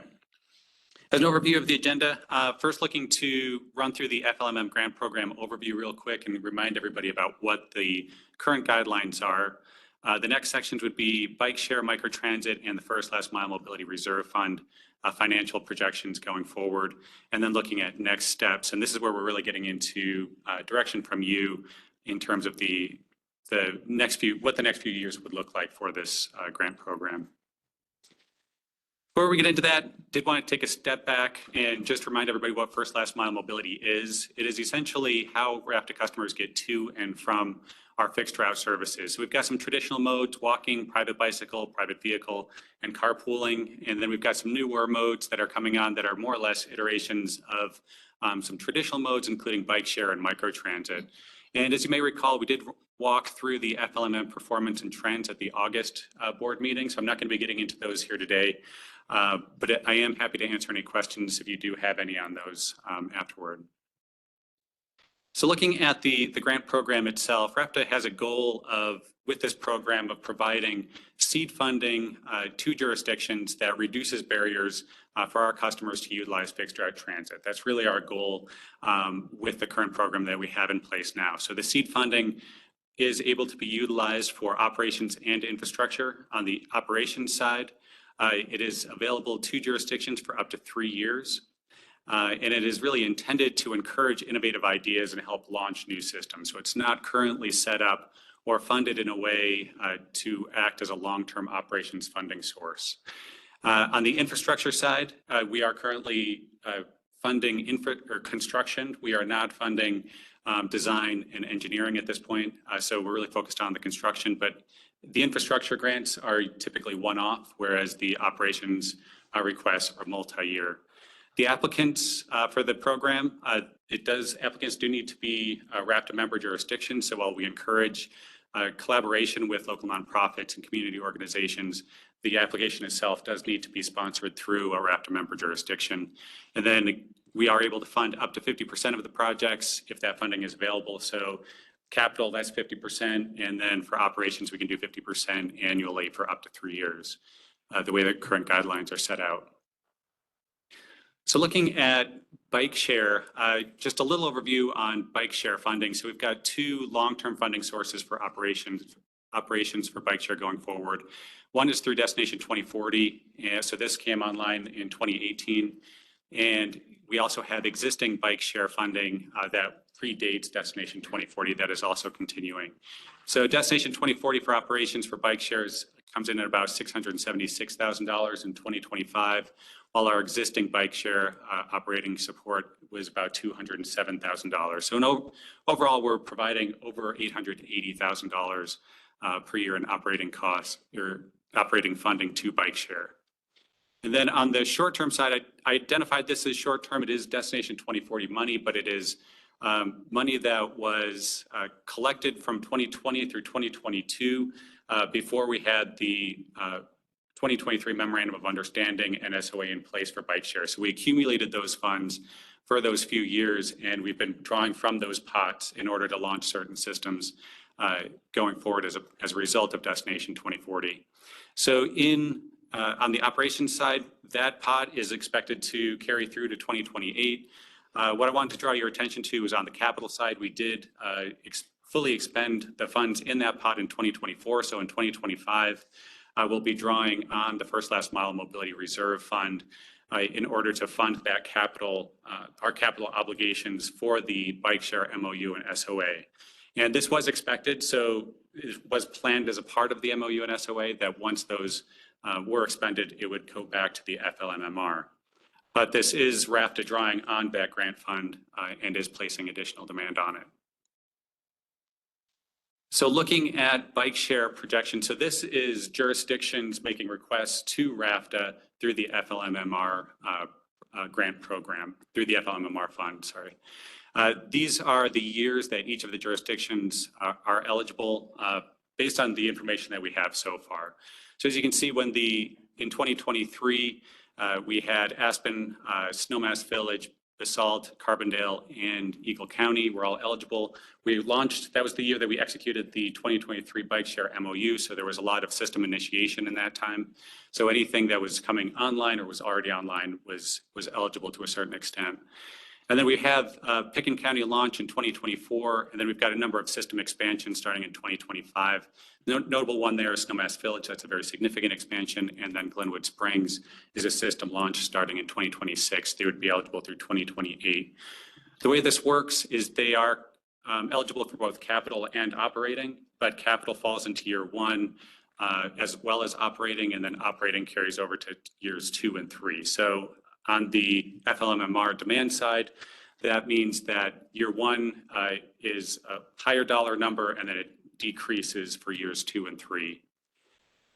Another thing to note is that 2025, as you can see, there's a lot of overlap in eligibility from initial system launch and expansions going forward. So in the next slide, I'll show you the dollar amounts of what this looks like in 2025. And it's basically, it means higher demand in 2025 and tapering off after that. So this slide shows what the actual budgeted and projected FLMM demands are to the FLMMR through the grant program. These are funds that would be covering jurisdictions' expenses, a certain amount of jurisdictions' expenses for bike share. So in 2023 and 2024, it was about $162,000 to $200,000. You can see the spike in 2025 up to $570,000 roughly. That is where all of that eligibility is converging. And then it starts to taper off in 26, 27. And then by 2028, the only projected system that would be eligible for this grant funding would be Glenwood Springs, and it would just be the operation side of that by 2028. So the next few slides are going through micros. Sorry, I just want to interrupt for a second. Any questions regarding bike share? I just wanted to throw in, I don't know if Mert is listening or not, but I would just, and I don't know the numbers, but I think we've seen a pretty dramatic increase in ridership on WeCycle, and I think this is an extremely successful program.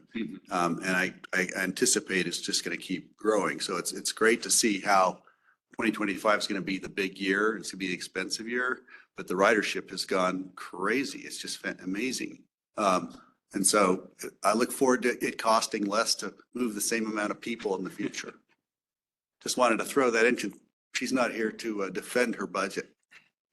And this isn't her budget. So this is, it extends from her budget, but this is jurisdictions submitting applications to us to cover Got it. a Thank you. portion of their expenses for the program. So on the microtransit side, the microtransit, I think, as you know, doesn't have the long-term funding from Destination 2040 that bike share does, or the existing funding level. So the only portion of microtransit that's eligible for RFTA funding is through the FLMM grant funding program. So we've got 3 systems that are currently in that. So that's Basalt, Carbondale, and Glenwood Springs submitted in 2024 for a launch in 2025 for microtransit. So consistent with the existing guidelines, they are eligible for 3 years each. And I'll show you that chart here in a second. But we have seen a significant spike in interest and demand on the microtransit side. So just the FLMM grant portion, so this is 50% of cost, is over $1 million in requests from RFTA through the FLMM grant program in 2025. So that equates to, and I'll show you this graph here in a minute, but over $2 million in total operating for those systems. We expect that the popularity of microtransit has grown primarily because of acceptance of app-based mobility. And so the Ubers and Lyfts, I think, have normalized over the last few years, as well as the FLMM seed funding program. I think it's really put it in reach for jurisdictions to be able to launch these systems. So similar to bike share, This chart shows the eligibility for each of the jurisdictions and the corresponding systems for microtransit. So you can see Basalt launched in 2022, extends through 2024. We do have an asterisk there for 2025. We gave them a grace year while we have these conversations to figure out what the future of the grant program looks like. So they do have a 4th year in there. And then Carbondale would be eligible in the 3 years from 24 through 26. And Glenwood Springs, assuming that system launches in 25, that would be 25 through 27.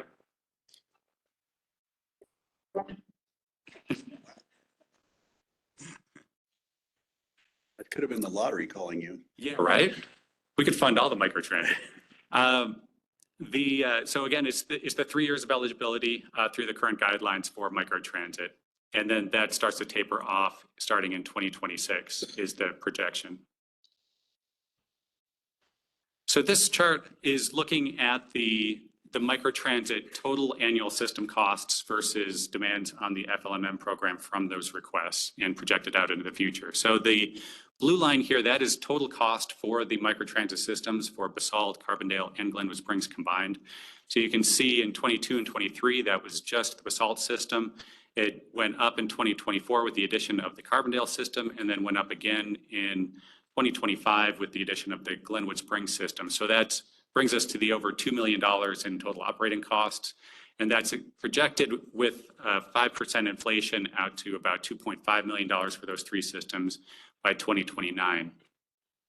So based on the current guidelines, the orange line represents the requests from the FLMM grant program. So you can see that's 50% through 2025, and then starts to taper off from there, and then comes down to 0 by 2028 after that eligibility is complete. So the expectations under the current guidelines for programs like microtransit is that if the program is successful, that total cost would be taken over by the local jurisdiction after the initial 3 years, or the local jurisdiction would find alternative funding sources. So those are alternative funding sources like grants. So CDOT's Multimodal Options Fund and CASTA has some grant options available. So those are some that are out there. I think there are some other funding opportunities that aren't formal grant programs that I think could be looked into.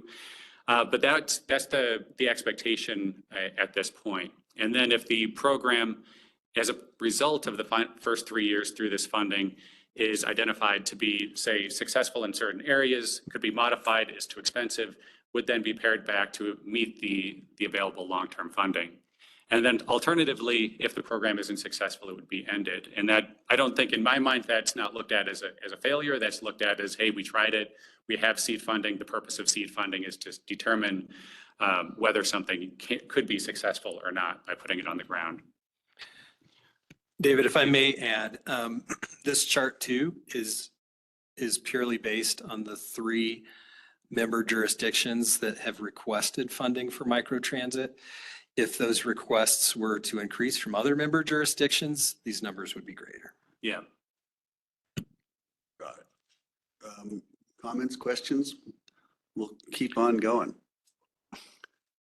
All right. Well, the next part is putting it all together with a look at the overall first last mile mobility reserve fund and trying to project that out. So as I mentioned at the August meeting, this fund is difficult to project for a couple different reasons. One is that demand from the applicants change over time. So it's difficult to anticipate what that may be. Similar to what Kurt was alluding to, that we could receive an application from a different jurisdiction that we just don't anticipate or have on our radar right now that isn't currently incorporated into those projections.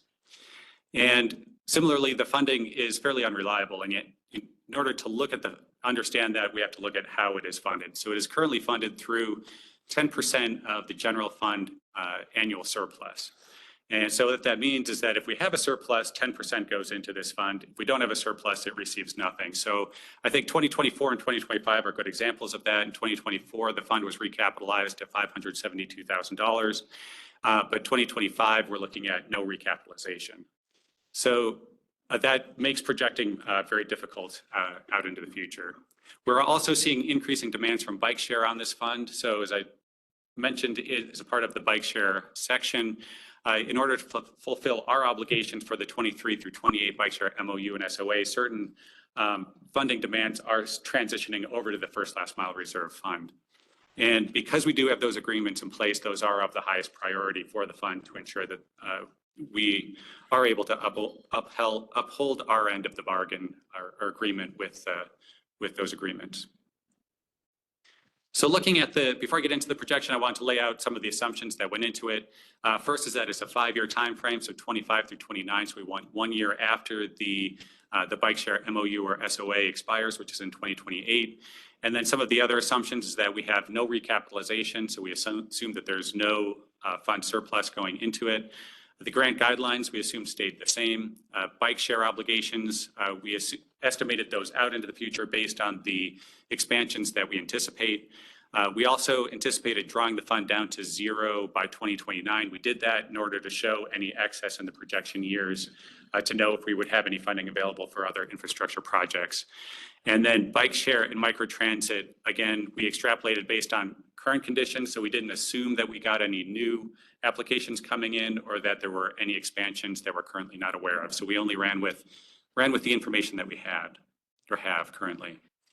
So this is that projection for the first last mile reserve fund. So you can see it was a little over about $7.5 million in it in 2022 and 2023. And that's the red line here. You can see that draws down to 0 by 2029. The blue lines here, or the blue bars, portions of the bars, that is RFTA's bike share MOU and SOA obligations. So that's of the highest priority in my mind for these funds moving forward. And then the orange portion, that is microtransit FLMM grant award. So these are grants going out to jurisdictions. You can see Basalt was the only one in 2022. It grows, as I mentioned, where there's a lot of overlapping eligibility in 2025, and then that tapers off by 2027. And then based on current guidelines, we wouldn't have any eligibility for jurisdictions after that point. In the gray line here, that is bike share first last mile mobility grants. So that is bike share grants going out to jurisdictions to help jurisdictions fulfill their obligations of the bike share system. Again, there's a lot of overlap in eligibility in 2025. That tapers off over time as that eligibility goes away.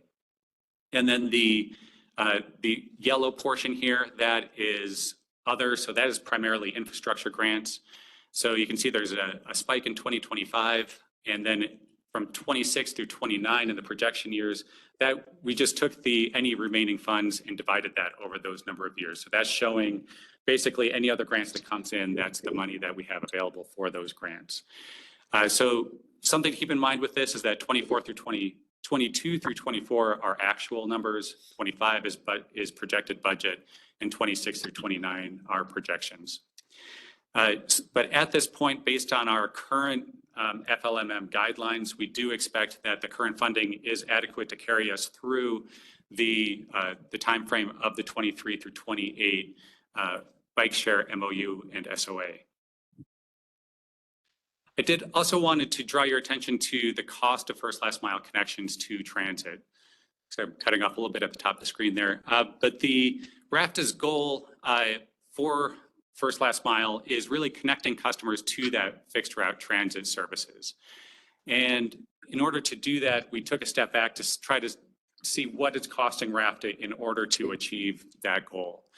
So on the Basalt Connect side, and the overall system in 2023 is costing about $14.89 per passenger on that overall system. When we look at what RFTA is contributing to that, to just Basalt Connect, and the number of passengers that are connecting to a transit stop is costing RFTA about $36.78 per passenger. On the WeCycle side, again, about $8.08 in total operating for every trip within WeCycle, and it's costing RFTA about $9 per connecting trip to a station at a transit stop. And then on the right side, you can see the total numbers. So it's about a little over 5,200 passengers on the Basalt Connect went to or from a transit stop in 2023. A little over 84,000 people connected to or from a transit stop on bike share. And then on the bottom, for comparison purposes, we have RFTA's fixed route operating costs. So we're running about $11.25 per passenger. And we have a total annual trips of over 4.55 million in 2023. So while we do have a good number of people connecting to and from transit stops on bike share and the Basalt Connect, it's still a very small portion to our overall passenger counts. I would caveat this, as I mentioned at the August meeting, that I do believe that we need a lot more data. We're running on a very small amount of data, particularly on microtransit right now. So this is the way the numbers look right now, based on the information that we have. And WeCycle and bike share those numbers will continue to grow as well as the systems expand. So these will also become more reliable. I'm also hopeful that as part of our rider survey in 2025, we'll be able to better understand how well these passengers or people on bike share and microtransit are, if they're actually making those connections to fixed route transit. Because right now we just know that they're going to or from the station. We don't know if they're actually making that connection. So looking at the next steps, so we've got four options here. And the first one is essentially keeping the program the same as a seed funding program, providing 50% of funding to operations for up to 3 years, and looking at that as the full extent of the program that we have, which has been successful so far, in my opinion. Options B and C, the main differences here is our options for funding microtransit in a longer term period than the current 3 years. So option B is funding microtransit at up to 20% over the long term without a horizon. And option C is funding microtransit at a tapered amount, so a total of 7 years from the current 3. So it would be 3 years at 50%, dropping to 40% in year 4, down to 30%, 20%, 10%, and then down to 0%. Both options B and C, I think it is necessary to prioritize the grants that come in order to make sure that we uphold our obligations with the bike share requirements. So both of them have priorities where option 1 is, or not option 1, the priority 1 would be bike share, MOU, and SOA obligations. Priority 2 would be the bike share support to jurisdictions. Option 3 would be requests for microtransit to jurisdictions. And option 4 would basically be everything else. We also support developing a key performance indicator or KPI for microtransit so that in the years where we are limited on funding, which we are projecting, this would allow us to be able to divvy up our available funding to microtransit based on how well each of that system is supporting RFTA's fixed route service. So a system that is supporting RFTA's fixed route service at a higher percentage would receive more funding than one that's supporting it at a lesser percentage. That KPI hasn't been developed yet. This is direction to basically move in that direction if you think that's the direction we should be moving. And then option D here, this is identifying alternative funding sources, basically to try to provide long-term funding for microtransit. For scale at 20%, so option B essentially, we would need to find a funding source at $500,000 a year in order to just keep up with the current setup with Basalt, Carbondale, and Glenwood Springs over the long term. So that's 20% equals about $500,000 that we would need to identify, and that hasn't yet been identified. So to look at the option B and C in a little bit more detail, this is similar to the chart that you saw before. So the blue line is the overall cost of those 3 systems. So that is up a little over $2 million in 2025 and expending, this goes out to a longer horizon. So over about $3 million by 2031.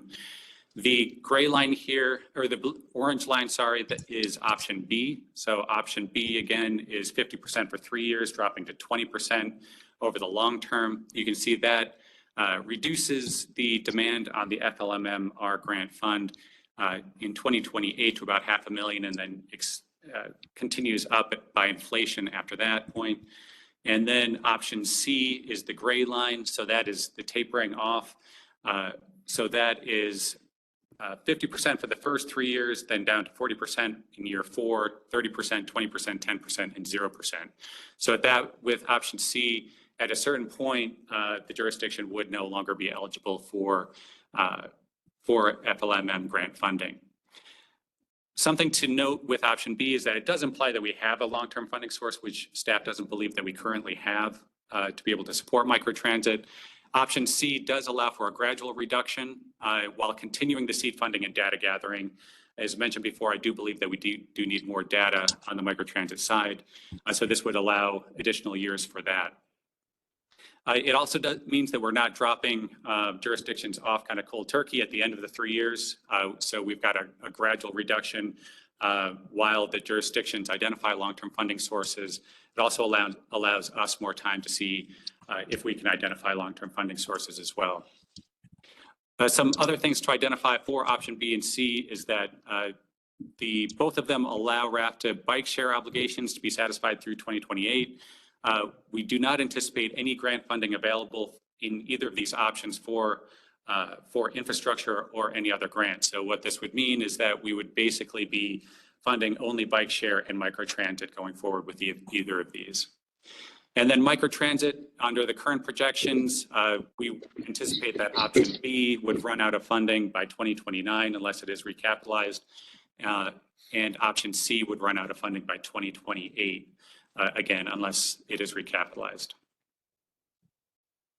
So at this point, staff is recommending moving forward with option C. So this is the prioritized program with funding for microtransit out to 7 years. So this has the benefit again of not stopping the funding cold stop with the jurisdictions, because we are hearing that they need more time to identify long-term funding sources,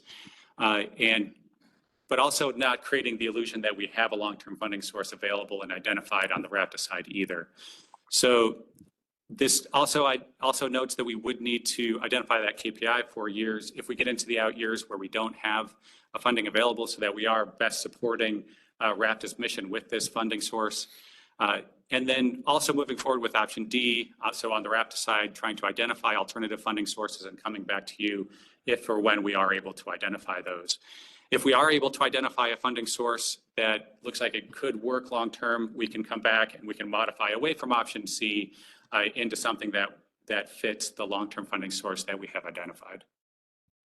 That's the staff recommendation at this point. Been a lot of talking. Hopefully, great. Hopefully I haven't left everyone behind. My only question is, when are we going to be diving deep into this to make a decision?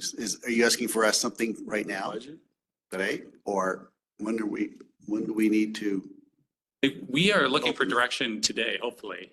We can come back at a later date if more deliberation time is necessary.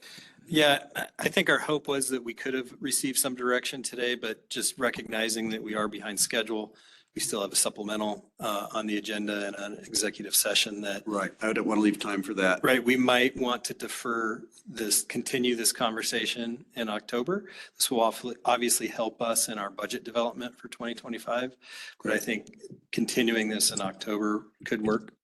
I was gonna, do we don't need to make a motion to continue, or can we just continue it? Don't need to.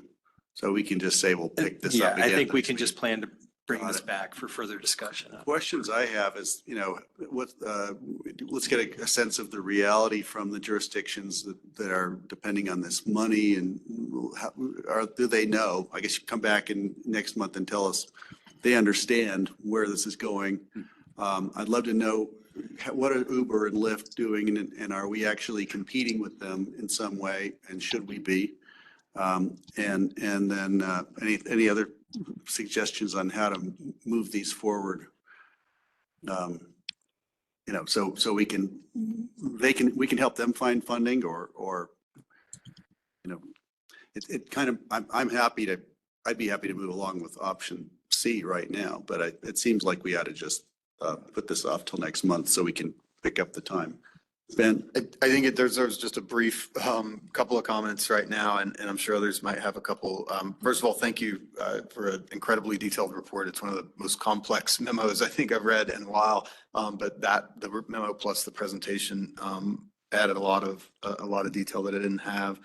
I think as Greg started saying about we cycle, like there's a lot to celebrate here, right? We're in the good problem to have category with a lot of demand for these services, and we got to figure out how to fund them long term.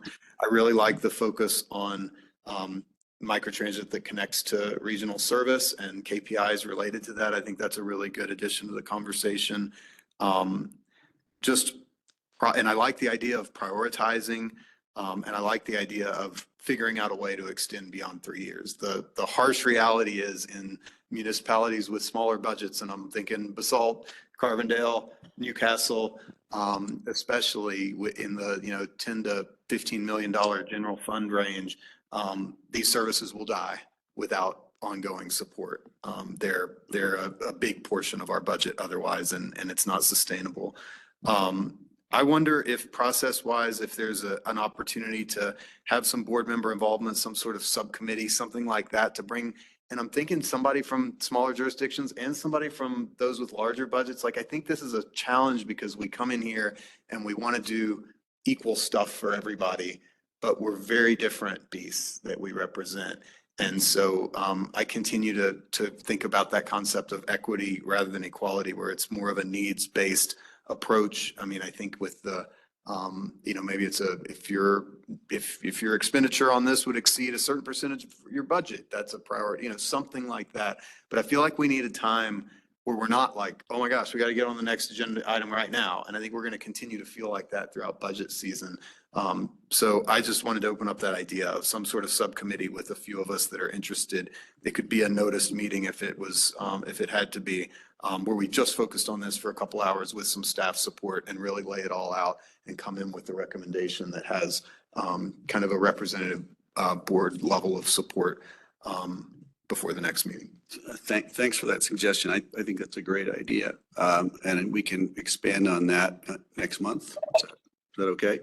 In the meantime, if you want to reach out, please do. I mean, I think, and we have another comment, question? Well, I'm getting really nervous about this exec session coming up. well, I just want to echo what Ben said. I think it's a great idea. We need to have some discussions amongst the jurisdictions and staff to figure out how we do this.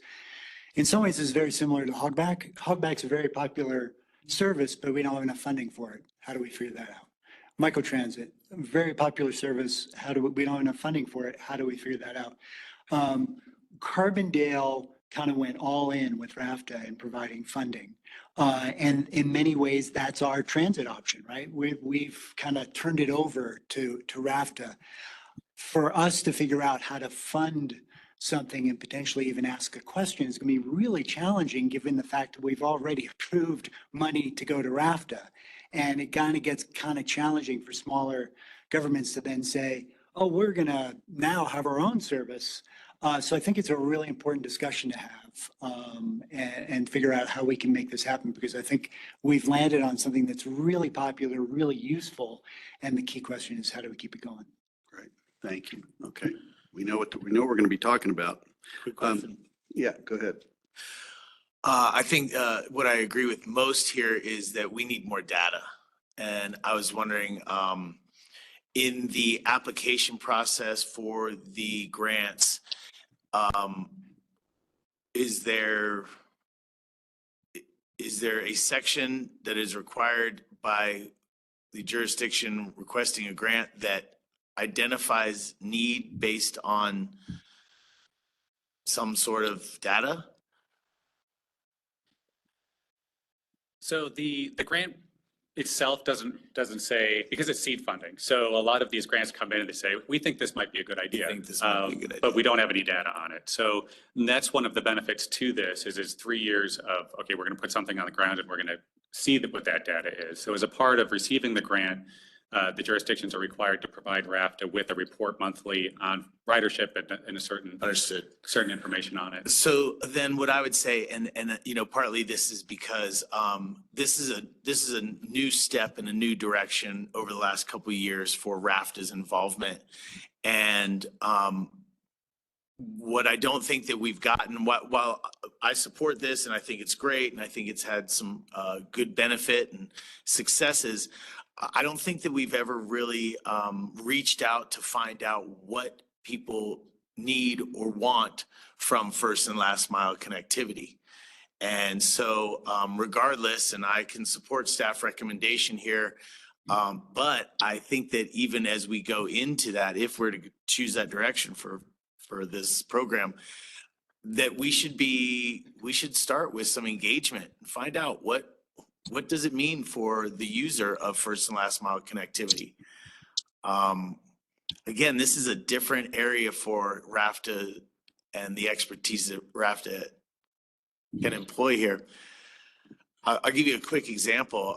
We got to move on. I'm gonna, but bike share is great, but cost effectiveness, if somebody in Carbondale who is not near the transit line, but really what would work for them is just simply have a bicycle, that might be a more effective opportunity for us. So I think that there's a lot of outreach that should be going on for first and last mile so we can find out what people need and will use. Great. Thanks, Tori. Okay, so given the time we have left, we've got a reso. Clearly, that's an important thing. Let's get that done. Are we rushing too quickly, Kurt or Paul? Come on up. I think we're good, and we'll be sure to bring this conversation we just had back in October. Great, thank you. Okay, we're going to fly through this, and we're going to try and get us out somewhere close to 11. So I need the abbreviated version, but I don't want to cheat anyone. Yes, sir. Thank you. Supplemental budget resolution 24-15. I'll just hit a couple high points on this, and if any questions, I'm happy to go into more detail. But what I wanted to hit on was that the first two items, both the sales tax revenues and the other income, we're just truing up based on the best data that we have at this time. For example, sales and use tax revenues have exceeded budgets by approximately 3%. So that's bring the reason for this request. Moving on to the bus replacements, I know that was a topic that was discussed earlier in the meeting. Currently in the 2024 budget, we do have the 10 battery electric buses currently as lease proceeds, but with the announcement of the grant award, we're taking out the lease proceeds and bringing in the grant award to the budget. And then I'm going to move on to the regional bike share component. I know we mentioned this as part of our budget presentation, but I just wanted to highlight that we're adding in the $384,000 as a deposit to the 2024 budget, and we'll include that deposit now, and that will eventually get carried over into the 2025 budget. But at least wanted to put this into the as part of this resolution for recycles purposes. So maybe I'll stop there. That's a very high level. I know I skipped some items, but I want to make sure I answer any. You hit the salient ones. Questions? If there are no questions, I'd accept a motion. Dory? No, I thought you were. Ben raised his hand. I just wanted to see if he needed to be. Scratch my arm. I'll make a motion. We've got a motion from I'd Colin. like to make a motion to approve resolution number 2024-15, 2024 supplemental budget resolution. Thank you. Second from Tori. All in favor? Aye. Aye. Thank you. Thanks, Paul. Thank you. That was clear. Okay, CEO, the quick version. Cliff Notes. All right.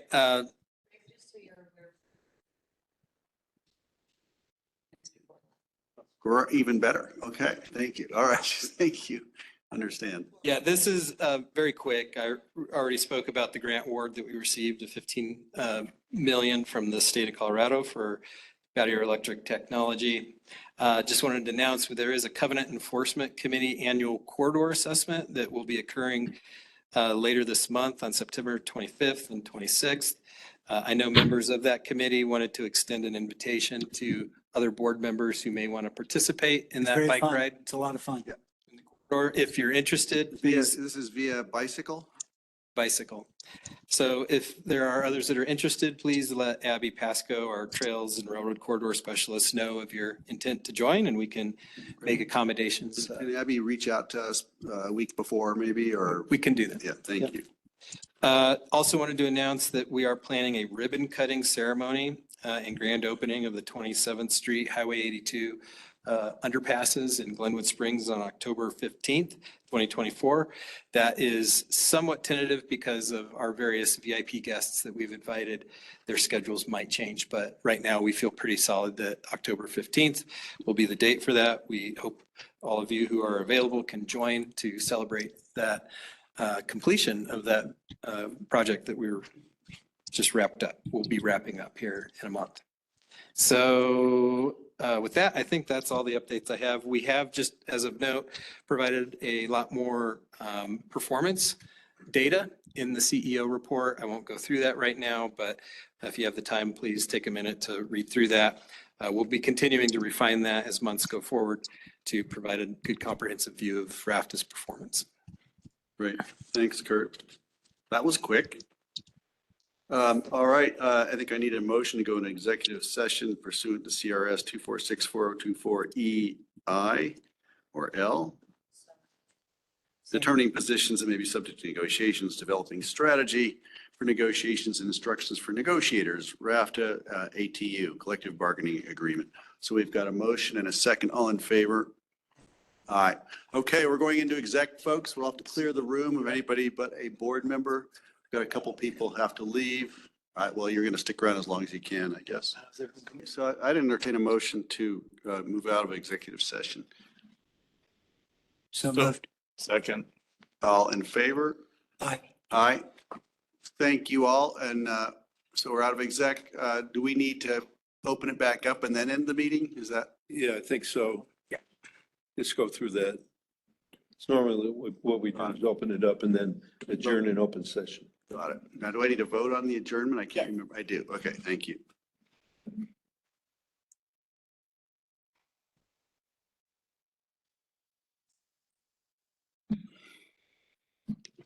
We're just inviting you back so we can end the meeting. Okay, that seems to be it. We've got the diehards. All right, I'd entertain a motion to adjourn. To adjourn? A second. All in favor? Aye. All right. Thank you all. Thanks for your patience and thanks for going along with us today. See you next time. I didn't even go into, we'll hear about when the next meeting is.